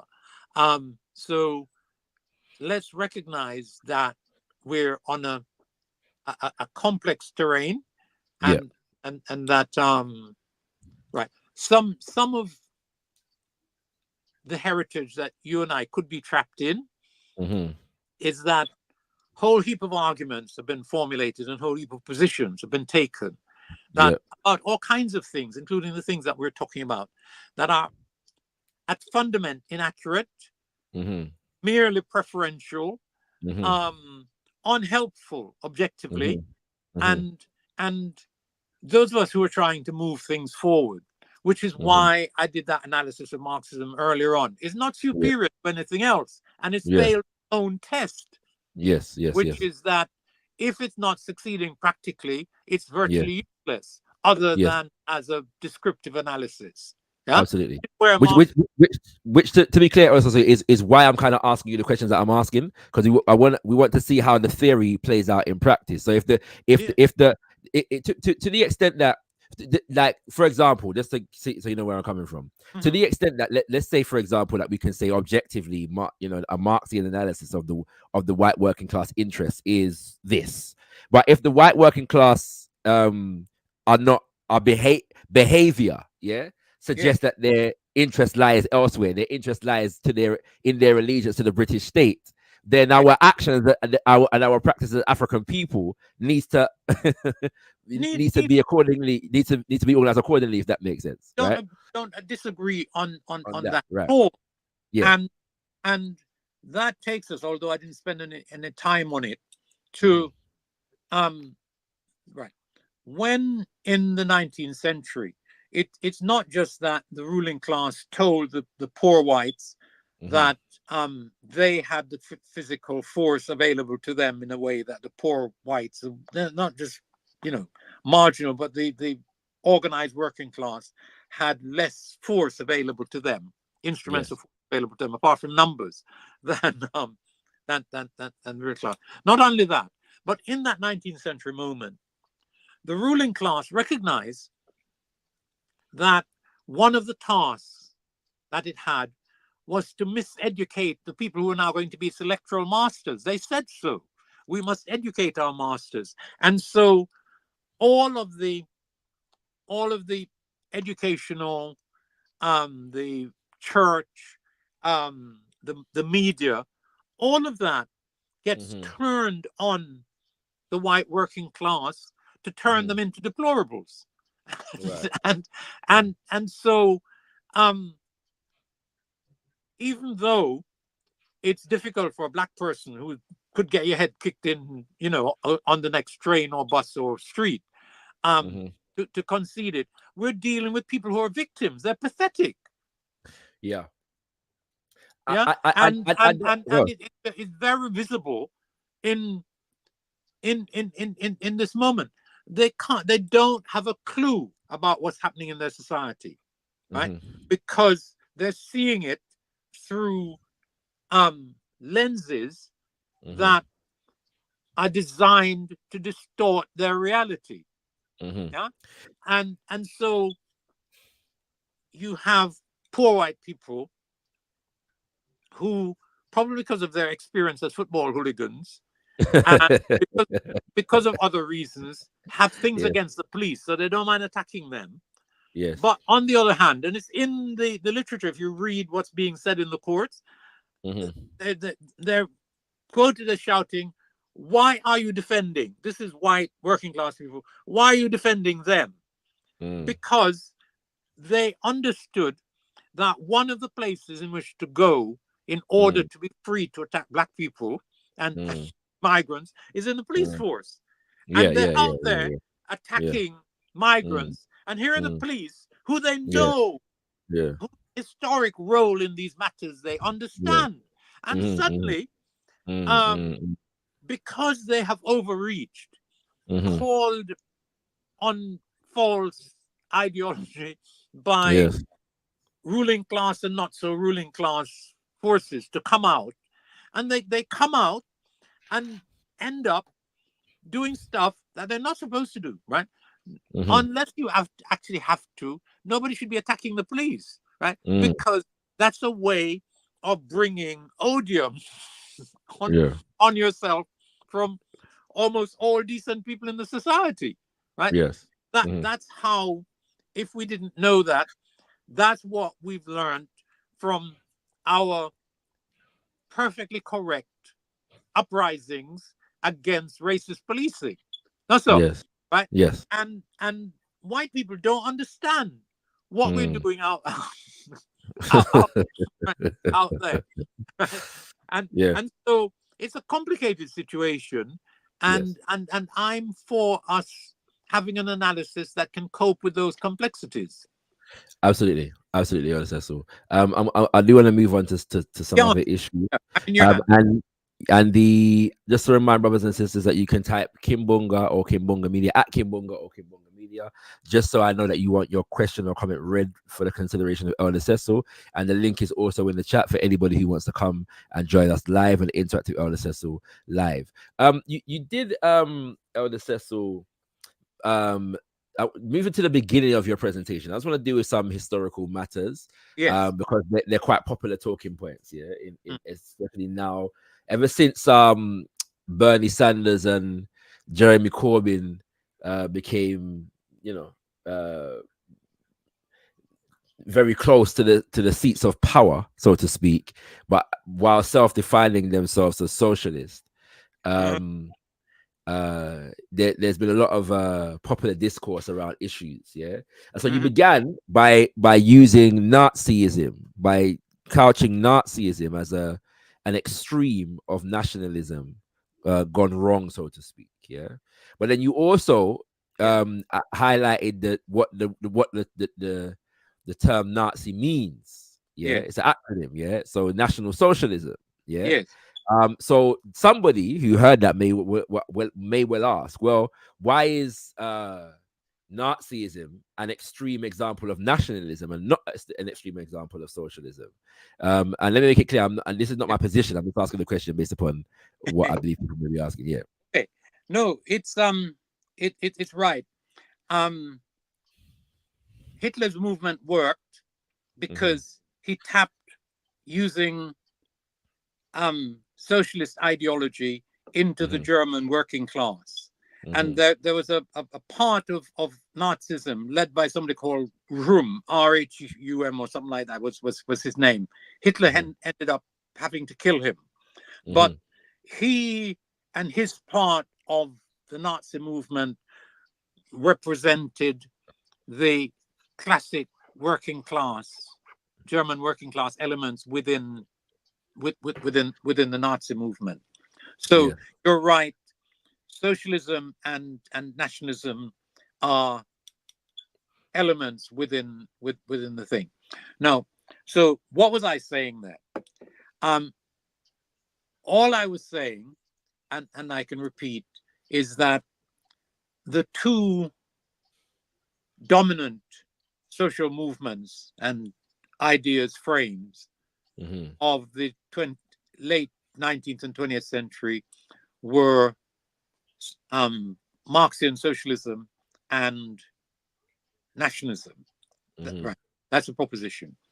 And I said that at the extreme, both of them look bad. Yes. And nationalism looks bad if you look at Hitler. Yes. And Marxism looks bad if you look at Stalin. Right? Just as a way of that. And I did immediately go on to say that it would be wrong, and I'm not saying that Nazism represented the worst thing that Europe did in the world. Yes. Right. I did say that, right? Yes. Because just one example, what the Belgians. What the Belgians did in the Congo was twice, 3 times as bad right? And it goes on, right? The Belgians are no longer there, but they've been succeeded by other the French Belgian-type Europeans who've continued that stuff. So it's important that I qualify that in that way. So all I was doing at that point was reminding people that nationalism is the 20th century ideology par excellence, and revolutionary Marxism is the other 20th century ideology and movement par excellence, and that there is a level at which both of them manifest as at their extremes in very worrying social occurrences. One being Hitler and the other one Stalin. I don't know that I'm even particularly comfortable with equating those two, but right. And there are people who have critiques of the Chinese Revolution that talk about how many Chinese the killed, party revolution ended up killing. I've not really explored that and don't know the figures, but they may have a point. Certainly they have a point with regard to the numbers of deaths that result. They do have a point, Elder Cecil, but this kind of, because the question, my last question to you about Nazism and socialism is actually one that is a significant amount of propaganda at the moment, who pushed by people who are defenders of the excesses of free market capitalism, so to speak. Yes. So the idea is that, you know, if you are and you know, put, you know, my critiques of adopting a socialist framework aside, but it's manifestly false to put forward the idea. Well, the idea for them is that basically Nazism is socialism, akin to socialism, akin to Lenin, Trotsky, Mao, you know what I'm saying, that kind of thing, and so it's basically that kind of propaganda. And I was gonna go on to say that the propaganda is further solidified via that argument about the numbers of deaths, but the people that make that argument do not use the same analysis to count deaths in Europe and among Europeans and attribute it to capitalism. You know what I'm saying? So one has to, you know, pierce through the propaganda, even if you're making the critique that the number of deaths are worthy of critique, if that makes sense. Now what happened in China is a big story, and I believe that what happened in China was a genuine revolution, and that it liberated Chinese people from imperialism, and that was worth almost any price. So that's my overall position. I think Omar Malcolm X would agree with you. I actually do believe that. Now,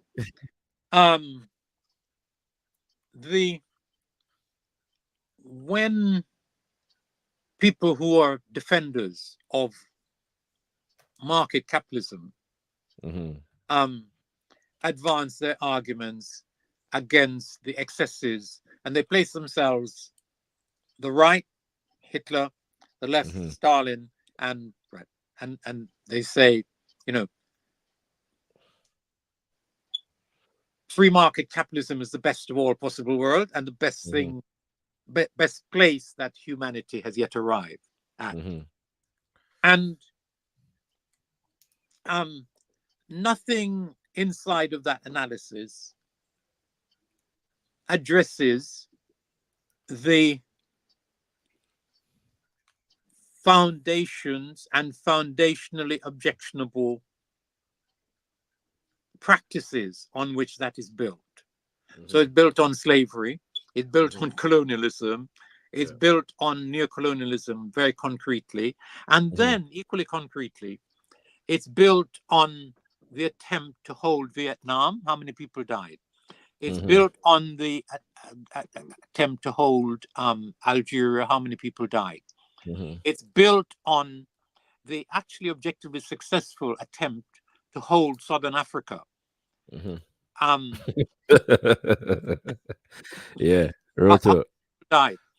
It's built on constituting neocolonial brutal dictatorship as our bastards and our friends and the means by which we hold and held Africa. And that's Fremont. And South America. I'm coming to that. Yeah. Okay. So that's just Asia and Africa. And then nobody bothers with the figures for how the surviving native populations and the peasantry in Central and South America have been defeated just in the period since the Second World War. Leave aside what happened in the centuries before. So the presentation of an argument that we are in the presence of good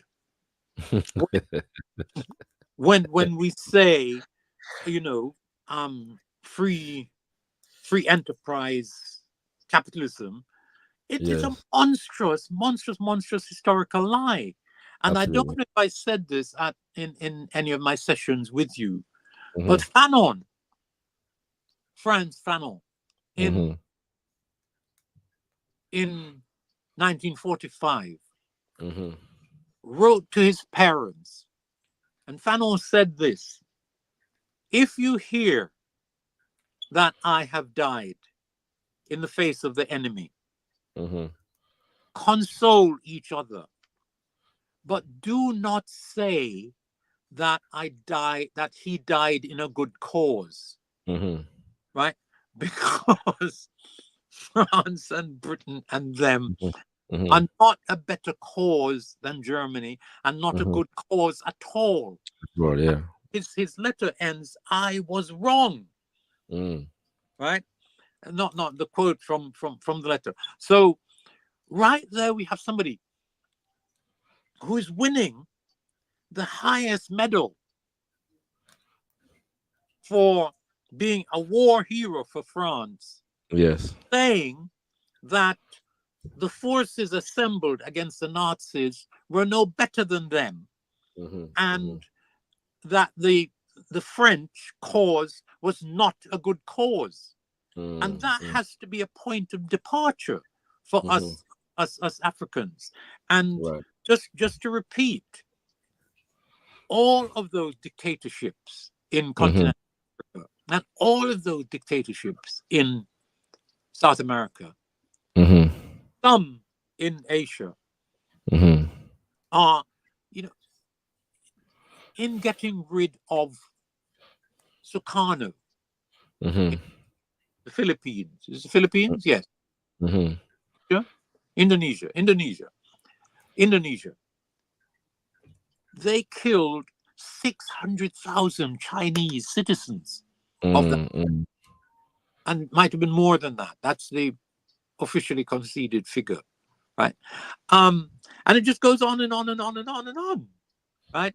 How many Haitians died resisting U.S. invasion and occupation between 1915 and 1934? How many Nicaraguans died before that Nicaraguan revolution succeeded in 1979? And how many Nicaraguans died while the U.S. used drugs that they sold into the African American community to fund the Contras to defeat the Nicaraguan revolution, right? In the face of a monstrous evil. How many Palestinians are dying as we speak, aided and abetted by those same people who are facilitating a Nazi-type final solution? The Zionists actually believe that the only mistake they have made was not to get rid of all the Palestinians from Palestine, all the Palestinians from Palestine in 1948, and they're now doing that. Yeah, and it's madness. Keir Starmer, America, the half-dead president, and so on, right, are enabling that consciously. Yeah. And they put into place in Arab countries a leadership which they support, right?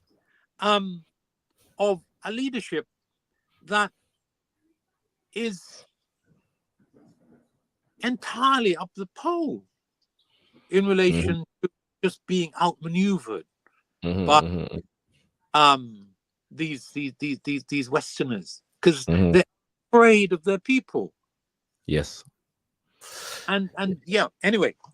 Yes, sir. Yes, sir. By the way, brothers and sisters, just for those who are looking for points of further research in terms of what Elder Cecil has just said, I encourage you to check out or look into Operation Condor, CONDOR, which is the operation that the US government had around South and Central America, basically operation of political repression. But you look at the numbers of deaths associated with that, especially in Argentina, it's madness, that they were involved in.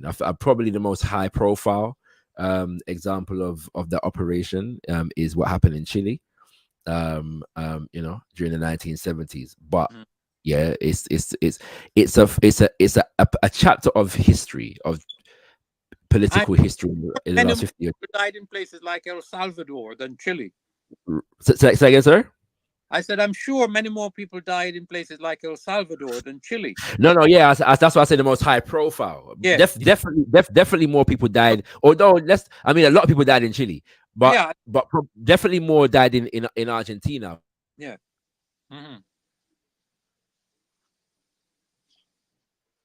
Are there any other questions being generated from you or elsewhere?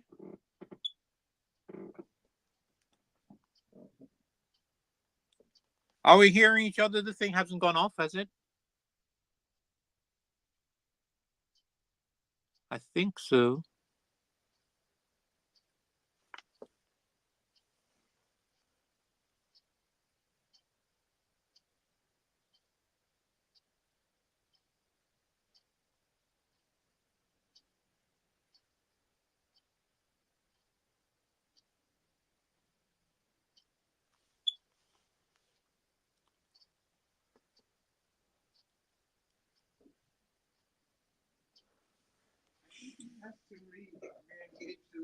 Huh?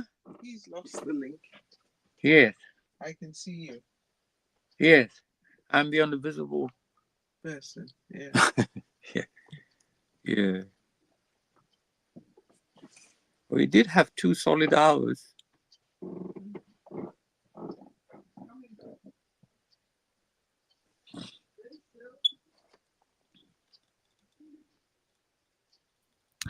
Sorry about that, Elder Cecil. MI5 is real. There's certain things that are not. There's certain things that are not supposed to be said. I saw the thing go. So yeah, just look into Operation Condor, brothers and sisters. It's a entirely revealing chapter of history. Just a couple more questions, Elder Cecil, before we wrap up. I'm not sure how familiar you are with the political philosophy of the Uhuru movement under the leadership of Chairman Omali Yeshitela, but they have who must be supported, because there's an extraordinary and actually strain on him. Absolutely. I'm preparing to. I'm reaching out to interview him soon, so he'll be here. Yeah, I have no doubt about the fact that he'll be here soon. Yeah. So we're going to be speaking to the chairman soon. Yeah. But they have an argument that suggests that through which they draw the conclusion. By the way, the Uhuru movement are expressly socialist in inclination. I don't believe they would self-define as Marxist, but they are socialist. Yeah.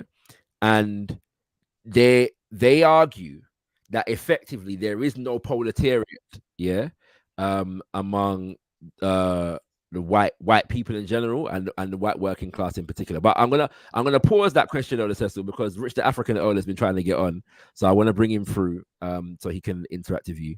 And then, I do have a view on the chairman's position, but yes. please take the I'll come back to it definitely.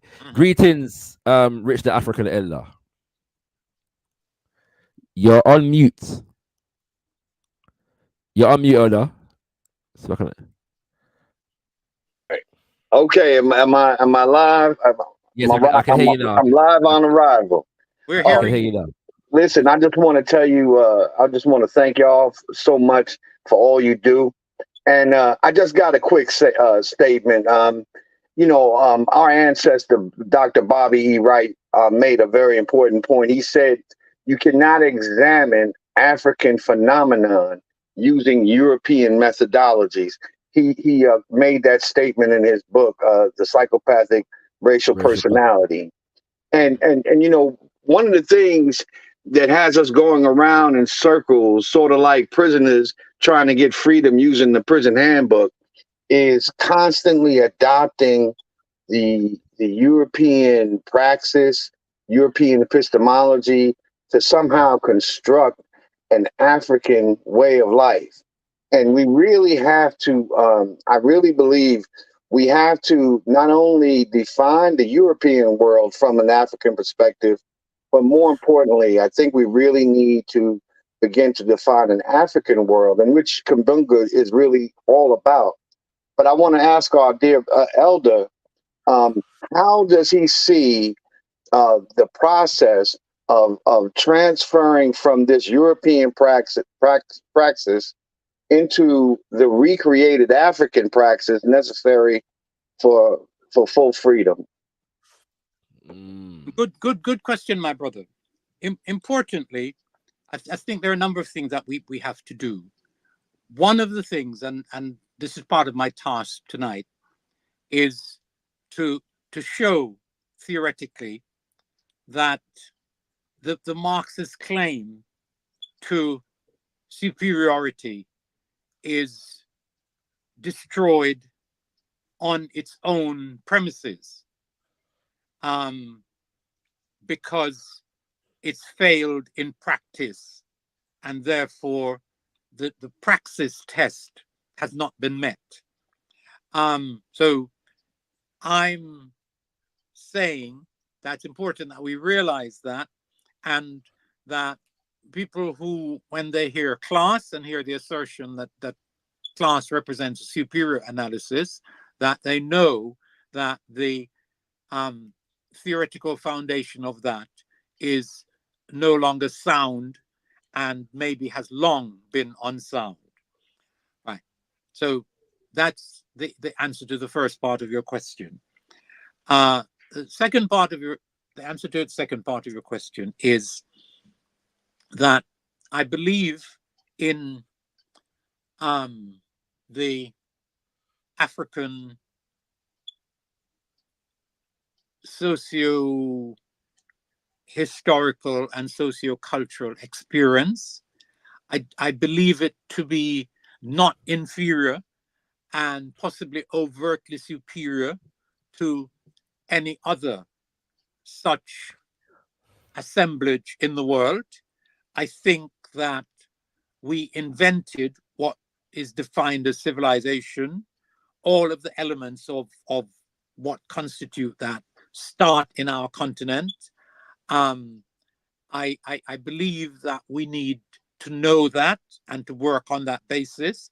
And since coming to political consciousness, which takes me back to my maybe late teens, early 20s, I've been trying consistently to learn about African socio-historical reality, to teach myself and to share with others. So that one of the things that I do, and I think that we should all be doing some of that. We have a whole heritage to understand, embrace, learn from and with.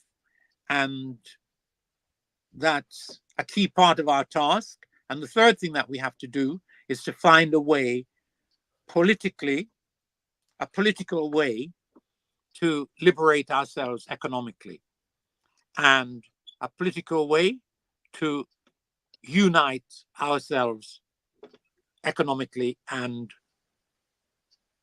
politically, juridically. And those are the tasks, in my head anyway, that us Africans in the modern world have to discharge. And nothing from Europe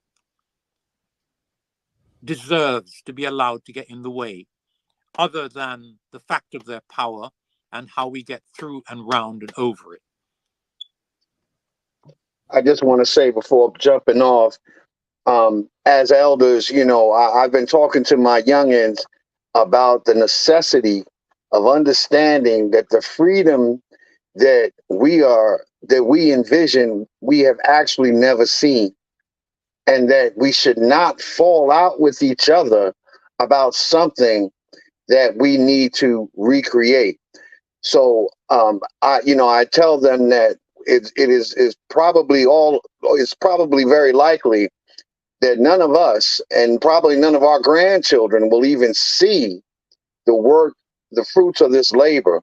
But it's important that we labor from not a circumstantial position, but a principled position, a spiritual position, because we're actually trying to recreate what we have when they said that there was nothing upon the deep, and the word Jehudi, the word spoke out, and creation came.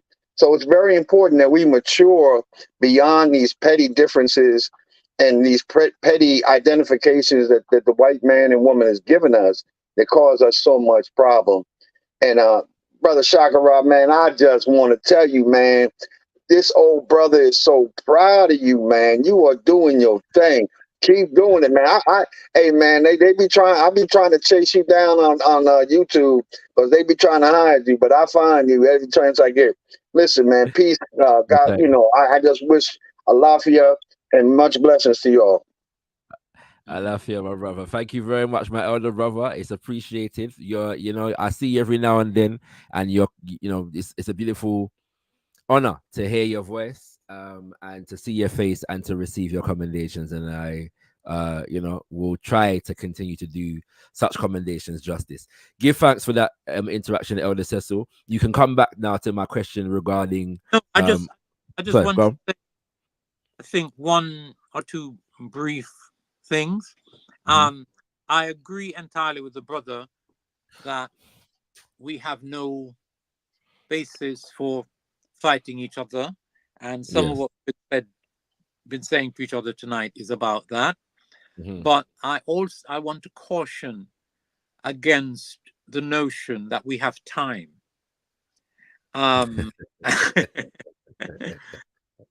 because it does not seem so to me. Because the expropriation of everything African is intensifying, it's not reducing. Absolutely. I don't know if we're going to be able to reverse what these people have done to the planet, but there's some urgent stuff to be done there.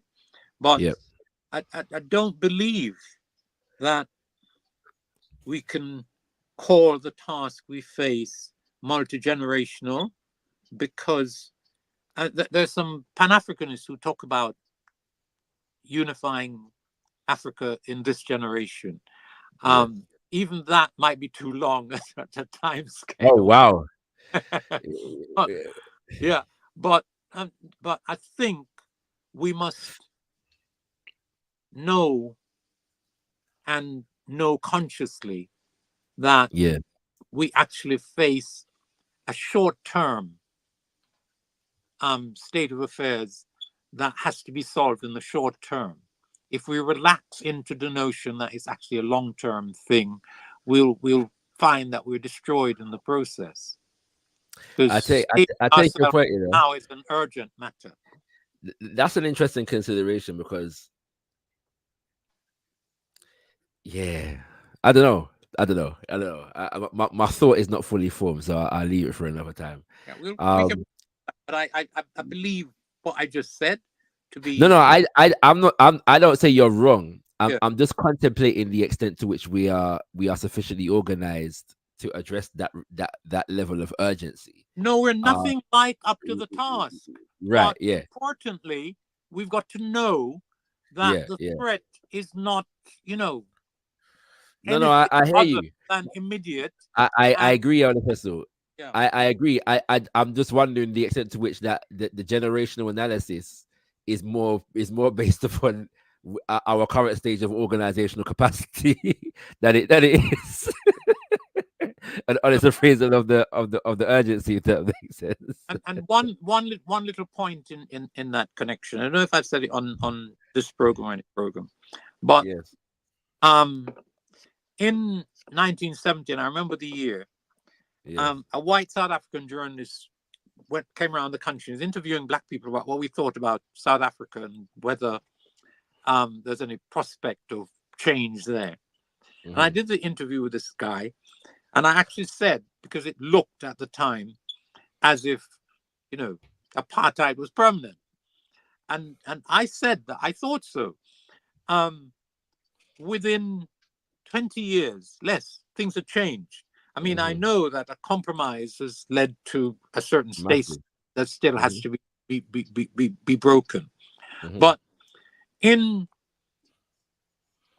1790, would anybody have thought the Haitian Revolution possible?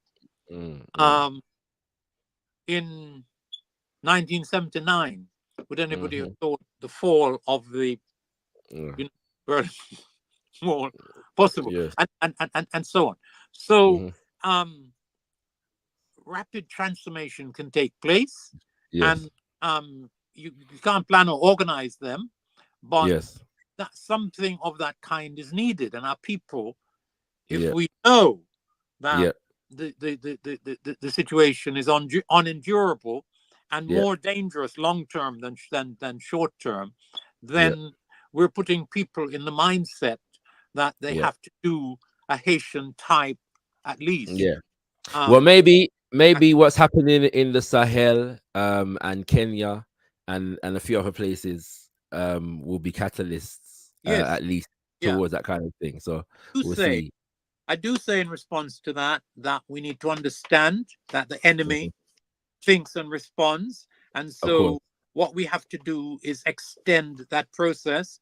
We have to shame or organize the ECOWAS people into backing off the line that they've taken, which has not been particularly successful. Well, they threatened military at one stage, but there are people, African people in those countries, who can do stuff on the ground. Stuff on the ground to transform the politics of the Nigerias and the Senegals and Ghana and so on. And our people have to be doing that, and they have to know that they're required to do that in order to extend what is happening in those 3 or 4 territories at the moment, because the enemy is planning to undo that. Yep, definitely. And there's uprisings I'm hearing in Nigeria now. We're going to be talking about that soon as well. Yes, I saw that. But to come back to the question that I asked previously about the position of the Uhuru movement, in that there's no real proletariat. And I believe it's a term proletariat that they use, but I could be inaccurate on that. But effectively, they're saying that there's no the class element in among white society is basically compromised. That doesn't really exist in any sufficient way for it to represent a significant allyship to other parts of the world, in particular the African world. What is your position on that position? Well, it's undoubtedly the case that the Euro-American proletariat has been defeated. They've been turned into what Hillary Clinton correctly, in a large measure, not in whole, in a large measure, what does she call them? Deplorables. Deplorables, yeah. And we see them at those meetings with Trump. We see them on the street of the UK and so on, which has objective meaning. It's the manifestation of their ruling class victory ideologically and physically over them. Yeah? And that does mean that they are so weak and so confused as to be not able to defend themselves and certainly not able to aid anybody else in any substantial way, right? That doesn't mean that they have to be abandoned or that ideological struggle to help them see the difficulty that they're in, and importantly, to help them see that we are not the enemy, and that the construction of us as the enemy is conceding the false claims of the people who are doing them down, right? It is not us who've taken their wages, right? The figures on wage levels in the United States of America since the Second World War are alarming. And they've given them cheap food and credit as the alternative to wages and money. And so these are people in crisis who need help, who need to see that they've been deceived, who need to see that their attention is being turned to the wrong enemy, and so on, who are being told, I mean, which laws is it that they want back? Which borders is it that they want back, and so on, right? So while I'm not advocating going and spending time trying to make class alliances with white folk, every opportunity. Give tax to us, so give tax. every opportunity that we get, right? So that, for example, on the radio program that I'm on, your organization has another slot. Yes. But us in Britain, of course, we were here before the white people. Of course, right? And of course, we've been here throughout. All of that is true. But they are now the majority. So we've got to talk to them, recognizing that these are people who are capable of murder, and we don't want them to murder us. So we either move or we help to talk them out of the mode that they're in, which is to mistake us as the enemy. When I'll be honest, so I'm gonna leave that to the Socialist Workers' Party. No, that right. The Socialist Workers' Party has a duty to do that, but we also have a duty to be saying the right thing to white people, right? They listen to these things as well, you know. And what we have to tell them is not that we were here before you, but that what is now happening to you has to be analyzed very differently from the way you've been misled into analyzing it and responding. I hear you, Cecil. And it's not a task solely for the Socialist Workers' Party, and to regard it as their task is to, I think, not quite understand what we have to do if we're going to stay here. Understood. And that there's a lot in there, but I'm gonna leave that for another time, because there's especially when you say if we stay here, that pushes some buttons for me at this moment in time. But I want to take it slightly somewhere else here. Yes. Because you spoke about the Marxism and the failure in praxis there, because there's an inevitability in the Marxist discourse, if that makes sense. This is going to happen, that's going to happen, and then it's going to produce this. No, let me stop you there. that's very bad Marxism. There's Right. no inevitability Mm-hmm. about victories in class struggle. Mm-hmm. You actually have, and that's been the failure, you actually have to organize on the basis of your clear appreciation. No, of your I take your point. I take your point. I take your point. And Marx never said anything about it being inevitable. He said, importantly, that history, and at the time it looked very true, that history had produced this class inside of capitalism that was up to the task of burying it. Yes. And when he was talking, the factory, city-based European proletariat was in the position that Marx was saying that they were in. They allowed themselves to be distracted from identifying their interest against other people. They allowed themselves to settle for the benefits that they could get by joining imperialism and colonialism as its soldiers and its and so on. So they're in a difficult situation, and important that we understand the situation that they're in, and in interactions with them, that we don't tell them that we were here before you, which is true. But I don't really care about that argument, to be honest. And I think yeah, it's not an argument I would make. The argument that I would make. No, but people do make it. And I hear you. I hear you. And a lot of those people are. There's a weird trend at the moment, Elder Cecil, of people that are trying. Maybe it's necessary to say this at this moment in time. There's a British nationalism. Yes. Developing among the black community. Yes. That is seeking to impress upon the working class white community that the black community, particularly the Caribbean community, is not the same as those other immigrants over there. Okay. Yeah.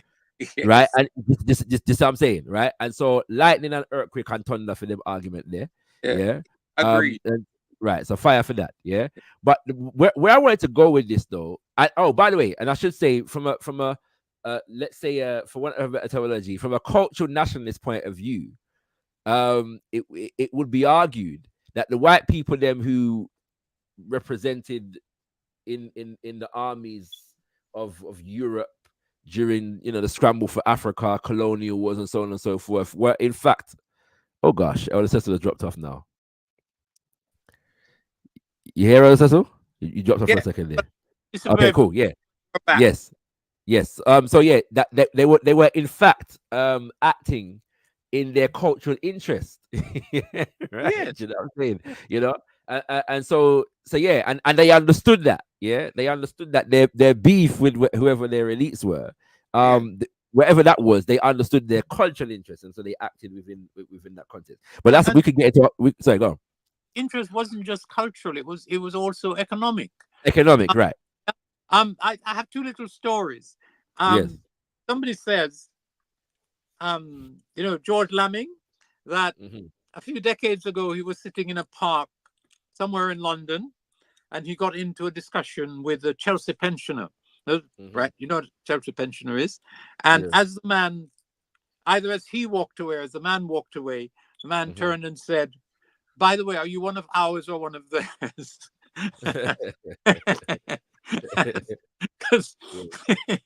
Because he had encountered anyway. So that's.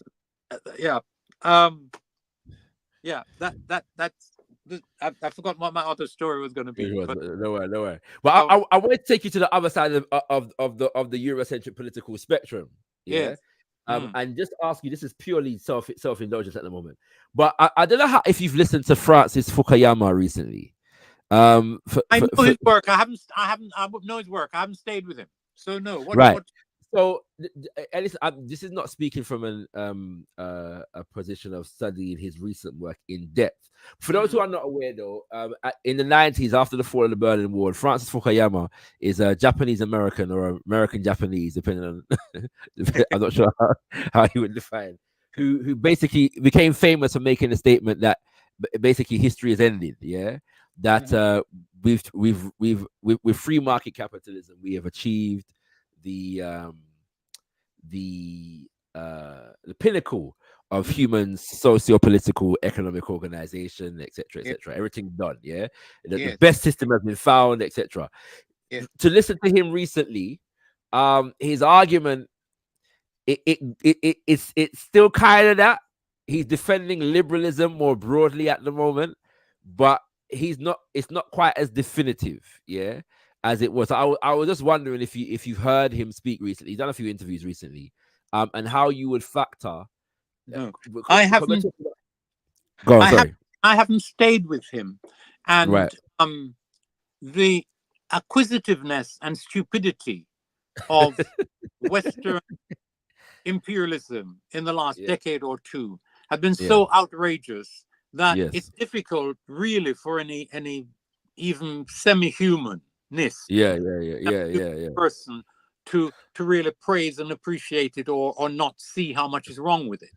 Right. So, go. That having been said, it's important that Fukuyama, although he had a very successful book, that End of History book, you know, that claim is actually not new. Talcott Parsons' work is, famous American sociologist, is actually about the perfection achieved by capitalist democracy, and so they come up.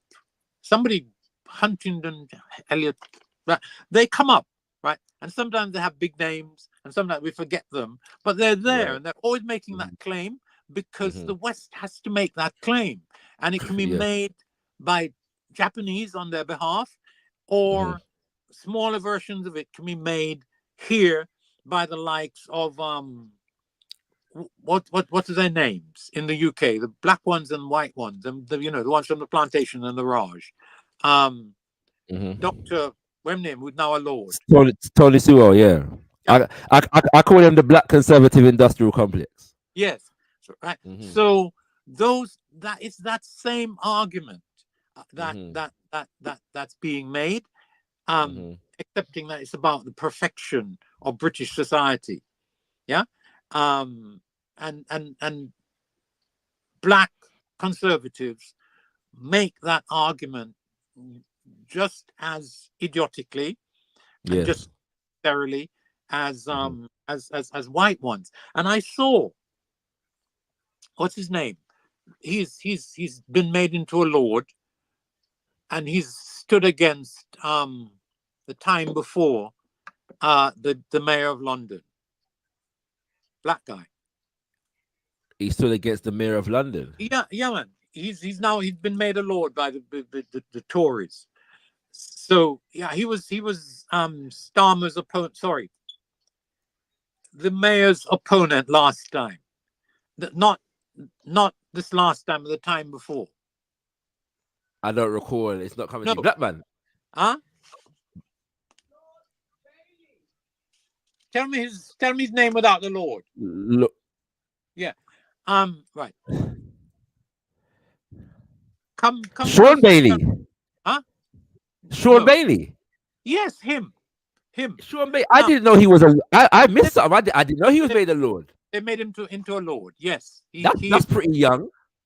No, the age doesn't matter. Lords, he can be appointed in at all kinds of ages, and he isn't all that young anymore. Anyway. But he was an MP. No, because he came to mind when you said contested the election. But I'm thinking I didn't know he was made a lord, so that's why I didn't think about him.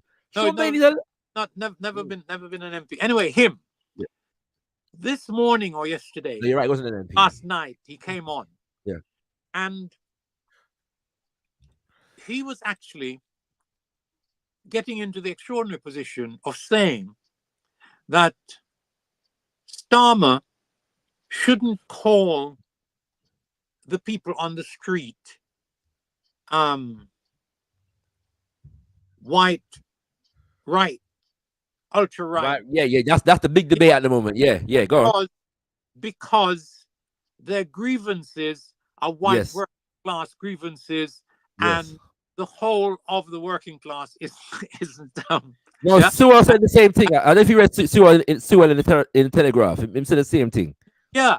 But it's actually quite extraordinary that that argument was being made in that way, just as, and some black people are helping them to make it, that absolutely these have a discriminatory in their treatment of black people and migrants, as opposed to, and the argument has an element which said that the real evidence of it was that they allowed massive illegality by pro Gaza demonstrations, whereas they're not allowing any no Gaza demonstration threw anything at the police or exactly. I try to burn down hotel with people in there. Yeah. I mean, it's madness. The psychopathy of these people is evident. And I'm gonna do some more analysis, because I've been looking into what, and I'm gonna add Sean Bailey to my analysis now. What these same black talking heads said in 2011, when the Mark Duggan uprising kicked off. When they said then versus when I said no, because suddenly grievances are supposed to be heard. Yeah, you know what I'm saying? Suddenly, depravity is a justifiable explanation. Depravity, as opposed to deplorable culture and lack of fathers in the home, is now an explanation. Yeah, for civil unrest in the society. Yeah, it's amazing. Yeah, and people are shameless stool pigeons. Them now are not shame, but I guess they're well paid, so they can afford to not have shame. Yeah, in that regard, the rewards are many and varied, including lordships. Exactly. And so yeah, I was asking that question in the context of a crisis in liberalism. Yeah. Juxtaposed to a crisis in Marxism, and where we stand in relation to those crises, because it seems to me, Elder Cecil, that our positioning in relation to these crises is fundamentally unself-determined, in the sense of the fact that we're either busy trying to save liberalism from itself or trying to save Marxism from itself. And when I say that, I mean we're not talking about, as you've been alluding to, the theoretical, paradigms. We're talking about their institutional manifestations. Yeah. And so finally, in this regard, all right, let's take it for read that there's a crisis in Marxist practice, and you've kind of already answered this, yeah.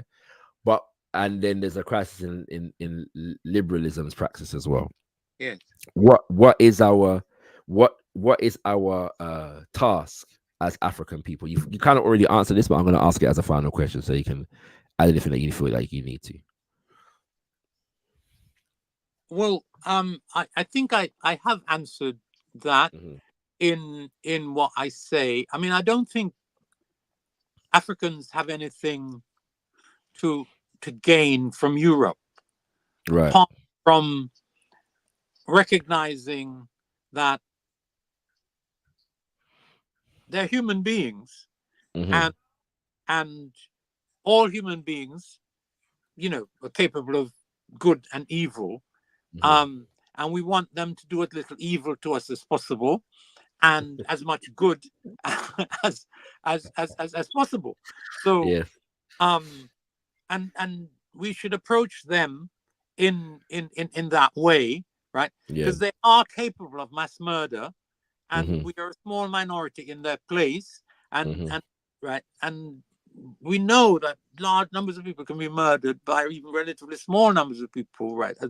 Anyway, so we need to bear that in mind, and to organize the self-defense, but also participate in ideological struggles.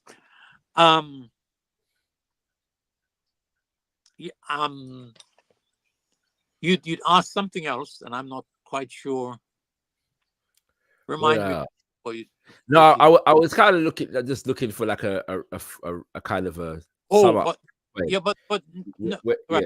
I never do good summings up, but I want to return to to two names that you mentioned earlier. Incidentally, our task isn't to save liberalism and or socialism, both of which are actually lost causes for the reasons that I've that I've given earlier. But you mentioned Bernie Sanders and Corbyn. And Jeremy, I think they're very different figures. Bernie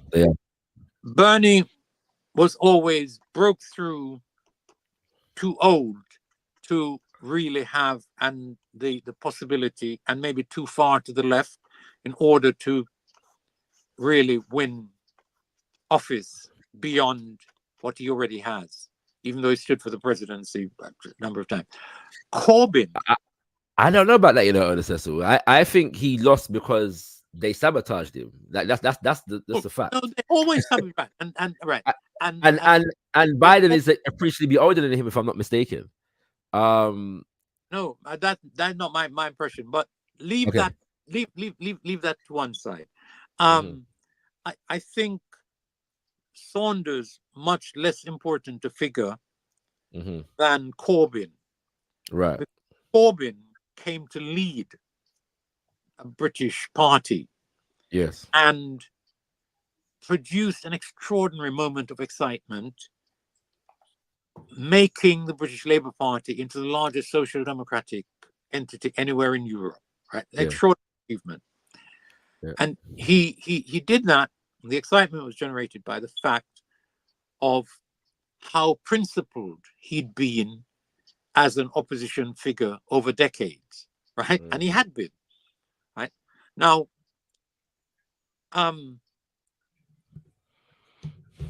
having got there and having drawn in all of these hundreds of thousands, literally, of people, the question is, what did he do and what did he understand? Corbyn did not understand the European Union and made grievous errors about it. Right. Corbyn didn't understand Zionism and made grievous errors about it. And it is because fundamentally of those two errors why. What errors do you think he made on the Zionism front? He didn't right. Corbyn doesn't understand how wicked Zionism is. No, that's the point. I was gonna say I'm not sure if there were errors more than he was not in a position to do anything about it. Yes. The one thing that you have to do to Zionism is stand up to it, and you have to. Which he did, though. No, and he paid for it. No, okay, all right. No, he did not stand up to it. He allowed a Zionist MP to call him a racist and get away with it. The woman who's MP for Dagenham. He should never have done it. When they were calling him, whatever it was they were calling him, he should never have allowed that to happen. And he should never have said, as he kept saying as a mantra, something about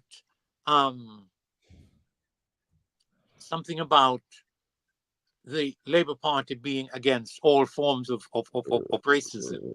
Now, the moment Corbyn got elected as leader, 2016 or thereabout, a Zionist guy put out a book, and the subtitle has Corbyn in Corbyn's name in the subtitle. It was 2016 the book came out. Right. And it's about the left and Zionism. They were clear, the Zionists, that nobody who wasn't 100% Zionist should be successful as the leader of the Labour Party. And their ruthlessness in that matter needed to be understood by Corbyn and to be explicitly faced up to. And it never was. Right. Not even half faced up to. And because he didn't fight them properly, he in fact, he's not really an anti-Zionist. He's just pro-Palestinian. right? And that's what his politics were.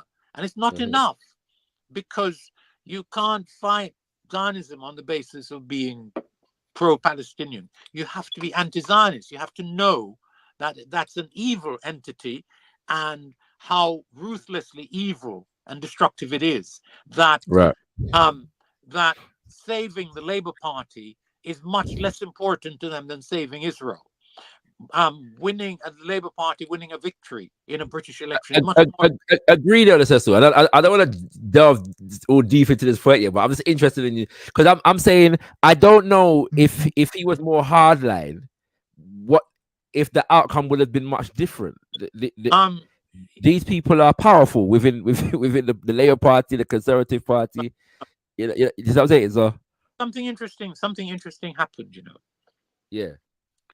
Corbyn, when elected against the will of the MPs, the MPs moved against him almost to a person. Right. And then, using the goodwill and the politics to some extent, the political position that he brought with him, they did unexpectedly well in the 2017 election. Yeah. Right. And that cooled out the Labour MP parliamentary opposition to Corbyn, cooled it out almost completely. And after that, the opposition didn't come from there, or not so powerfully. It came from elsewhere. A whole set of lies about Labour being anti-Semitic. There's never any evidence. They actually used an institution of state to, in inverted commas, prove Labour anti-Semitism. Completely idiotic. None of that was fought properly by Corbyn. And then I hear you. And then he, because he was part of the left era regarding the EU, the Labour left always believed that British capitalism was somehow more progressive than EU capitalism, and that there was something slightly wrong with Britain being in the EU, without noticing, for example, that the surviving, both the City of London and British capital, so both finance capital and industrial capital, whatever of that was here was in a large measure because Britain was in the EU. And it wasn't just the ruling class that was benefiting from that. Working class people were benefiting from the jobs in the car industry and all of that. It's Indian, American, Japanese capital. Why there's any factories here at all. So Labour shouldn't have had Corbyn's position on that. And he should never have allowed Boris Johnson to run into an election which was 2 years away and only permitted to be held because the idiot Social Democrats and the idiot Labour group believed that somehow it was an election that they could win when they'd sold the past completely on Brexit, and given Boris Johnson, who'd been part of the process of screwing up Brexit, the possibility of doing a campaign round get Brexit done.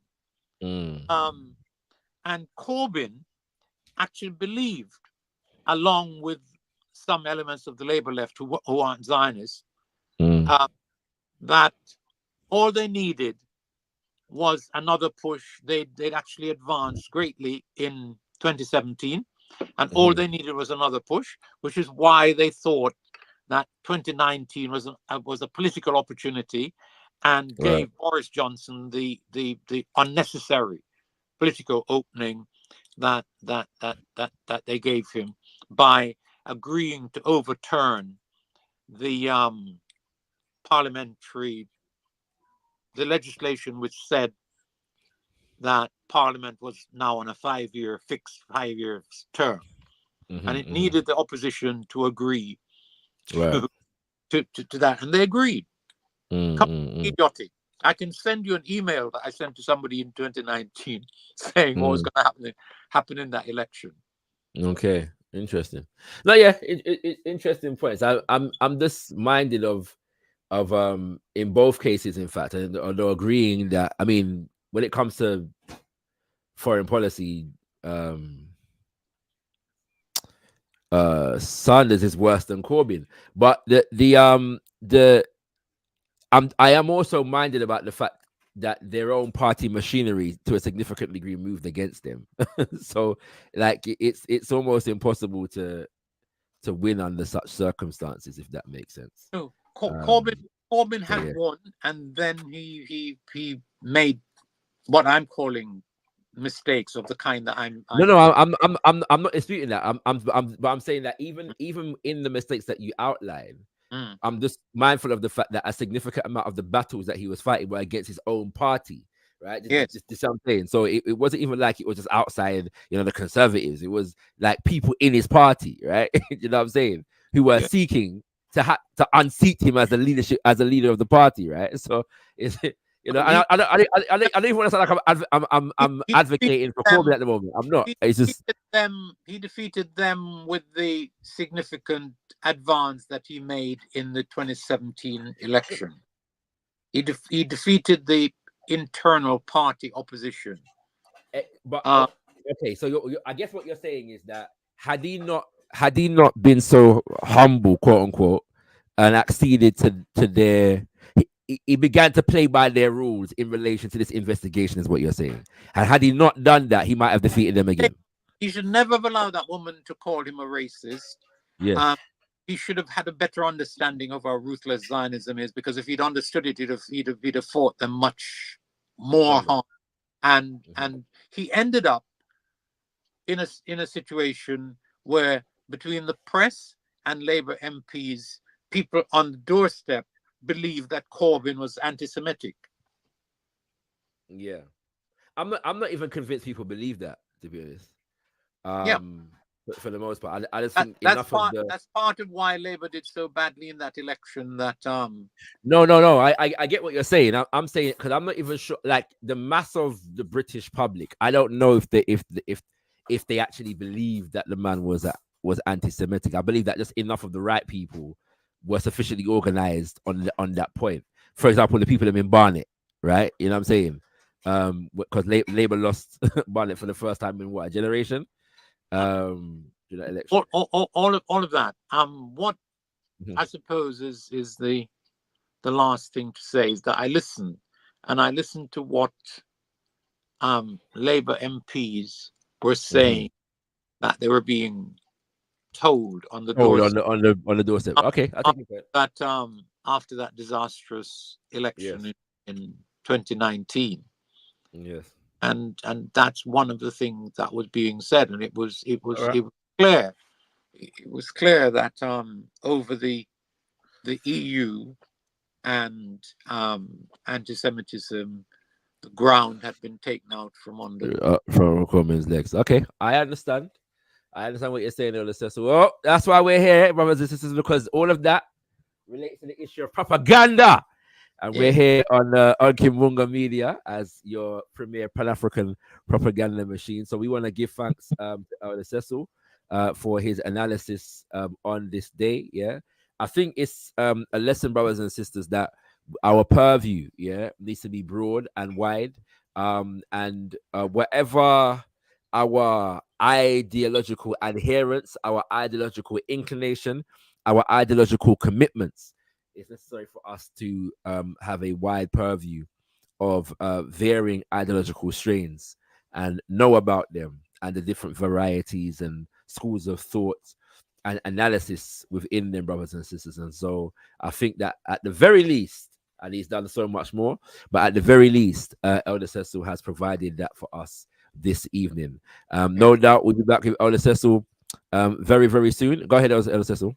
No, what I think that if I want a last word, is just to remind my fellow Africans that we are in fact in fundamental way menaced by current state of things, not just the white people on the streets of Britain, but by the system, and that we need to be working now at transformation, not accepting that it's a long-term battle, because in the long term we're going to be dead, because the system is actually setting up to kill us. Absolutely. So basically, we all need to move to Senegal and Burkina Faso. I'm playing this. No, but I'm not gonna lie, and I don't want to lie to think I want to wrap up the show. But I do think seriously about these things. Like, you know, like when like Garveyites and other concerned Africans signed the dotted line and tried to go to Ethiopia when Mussolini invaded, right? You know what I'm saying? Because that was the hot seat of the battle. So it's like, okay.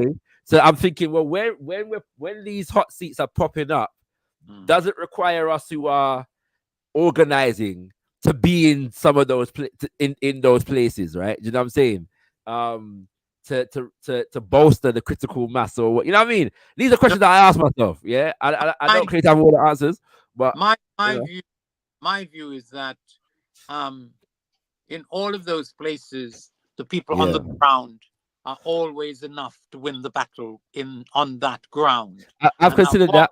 And that what we should be doing is fighting to make the next ground, the one we're in, more supportive and similar. The next consideration, though, Elder Cecil, is that is any ground upon which we are a significant minority viable? Well, our significant minority presence, yes, and transforming that is difficult to think. This is what I'm saying. So strategically, isn't it strategic that we need to make better battlegrounds of where we are the majority, basically? Yes, and it's unthinkable in the absence of solving the problem of a liberated and unified Africa. And that's the urgent task, and it's not generational. It's a task for now. Right. You know, this generation and the next generation of people who have to do it, because the time isn't on our side. Not if we understand this objectively is happening. Yeah. And so that would be my message. How us Africans engage with an understanding of the state of the world and the state of the race. All right, so that could be a whole next conversation. So we're dive into that today. You know what I mean? But give thanks once again to Elder Cecil. Give thanks to Rich the African Elder who came through on the panel. Give thanks to all those who have been commenting in the chat. Give thanks for all your viewing eyes and your listening ears, including the silent viewers and listeners, brothers and sisters who want to big up the whole honor. Do stay tuned because our transition to Kimbunga Media will be completed on the 17th of Mosiah August, which is the birthday of the most honorable Marcus Mosiah Garvey, and so we will have specific programming on that day for that purpose. So do stay tuned for that, and more programming to come throughout the month and into September, at which we'll begin the return of the Kushkim University, which is our flagship show, brothers and sisters. We want to give thanks to Elder Cecil once again, and know that Elder Cecil will be back soon. And for those of you who are in London or the surrounding areas or in the UK, we want to remind you as we conclude of the Drums of Mosiah, which you'll see the advert for as we conclude the show. But for now, let me just say unto thee, Tenda Mwali, be thankful unto the Mother, Father, creative life force of the universe. Kudzai Mozima Mokuro, we give him praises unto our great ancestors. Abibi Tumi, Abibi Fahodli, African power and African liberation for all African people. Ashe, Ashe, Ashe.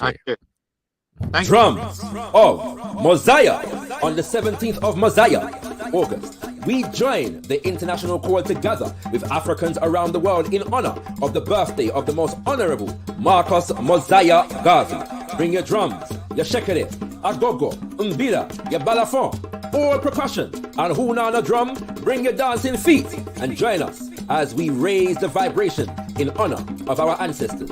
taking place on Saturday, the 17th of Mosiah, August, from 5 p.m.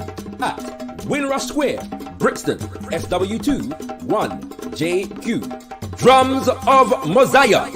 This is an event not to be missed.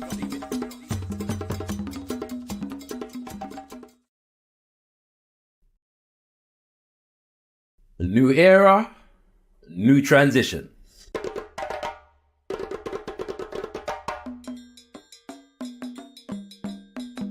Greetings, this is Shakara, and it's been an honor serving you as director of Got Kush TV. Over the past few years, we've brought you the pilot of the Black Root Economic Show, many seasons of Wordsmith, The Insight, and the ever-popular Decipher. We have covered community events and even hosted a few of our own, including Blacktricity, as a part of the official Ghana Beyond the Return roster. We also kept you company throughout lockdown with the Quarantine Convo. After a brief hiatus, we came back with our regular weekly interactive live show, Zivanai, keeping you up to date with current events around the Black world, from UK to Senegal to Haiti and beyond. It is our aim to continue to develop as a premier Black media institution, and for that reason, we have a special announcement. Introducing Kimbunga Media. Between the 10th of June and the 17th of Mosiah, August, we will be transitioning to a new name and institution, Kimbunga Media. In the beautiful Kiswahili language, Kimbunga means whirlwind. Look for me in a whirlwind or a storm. Look for me all around you. For with God's grace, I shall come back with countless millions of black men and women who have died in America, those who have died in the West Indies, and those who have died in Africa, to aid you in the fight for liberty, freedom, and life. Our name symbolizes our aim to take the media landscape by storm, developing high quality, impactful, geopolitical and cultural content aimed at empowering African people, bringing knowledge, information, inspiration and analysis from an unapologetically Pan-African, universal African nationalist and African-centered perspective. So, what can you expect? We are gradually developing a full spectrum of flagship shows and presenters, but in the immediate right here now, over the next couple years, we have two major aims in bringing you our flagship shows. One, the return of Kush Communiversity, bringing you high-level scholarship in all areas of people activity, featuring luminaries from across the Black world. And two, the production of the full first season of the new and improved Ujamaa Black Root Economic Show. While we encourage you to develop and support Black businesses, this show aims to raise our awareness of the political economy of today's world and popularize new solution paradigms in political economy among African people. Alongside all this, we will continue to bring you Zivanai, Jaliba, the Afrocentric perspective, All Eyes on Africa, Ghana, Democracy Under Fire, the Revolutionary Minds team with that artistic, ancestral energy, and as things grow and develop, there'll be plenty more. We also have plans to host live events and film screenings, so stay tuned for more information on that. So what can you do? Continue to support us by watching, liking, sharing and commenting on our content. Be sure to follow us on all social media, and if you are so moved, join our Patreon community. We'll be sharing flagship shows exclusively with our Patreon community before general release and granting you discounts to events and future screenings. Right now, if you become a Patreon, you will have access to the pilot for the Black Group Economic Show and all installments of last year's Black History Month series, Sankofa, The Future of Black History. At some point, we'll be engaging in community crowdfunding towards the production of the new and improved Ujamaa Black Group Economic Show. complete with offerings and perks for those who choose to invest in us. Look out for the launch, and we thank you in advance for your support. Any questions, feel free to hit us up in the comment section and we'll be sure to address. We look forward to you joining us for this new phase of our development. Stay tuned as we bring you Kimbunga Media. Black people, we've got to fight. Jean Petro, you see us. Oguo,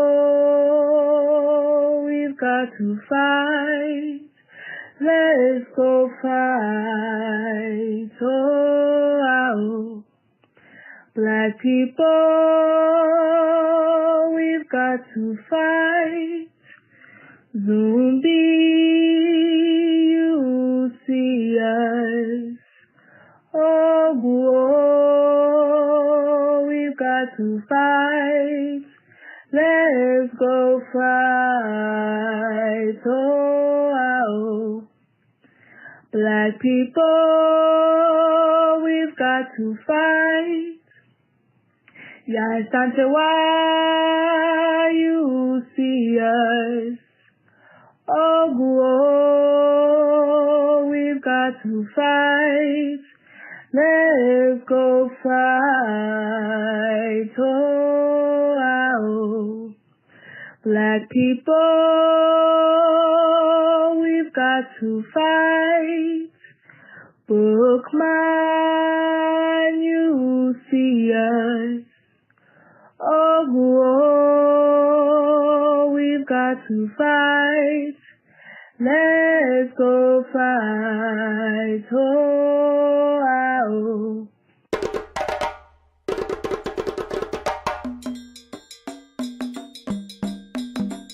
we have to have the courage to construct our own reality. And that's what Garvey was talking about. Because he said he looked around, he didn't see what he thought should be there, and so what did he do? He didn't get depressed about it. He didn't get defeated about it. He said, I'm gonna build the government that we need to have. Ooh, where do you get that kind of boldness from? So we gotta go all the way back to Garvey, who said he would come again.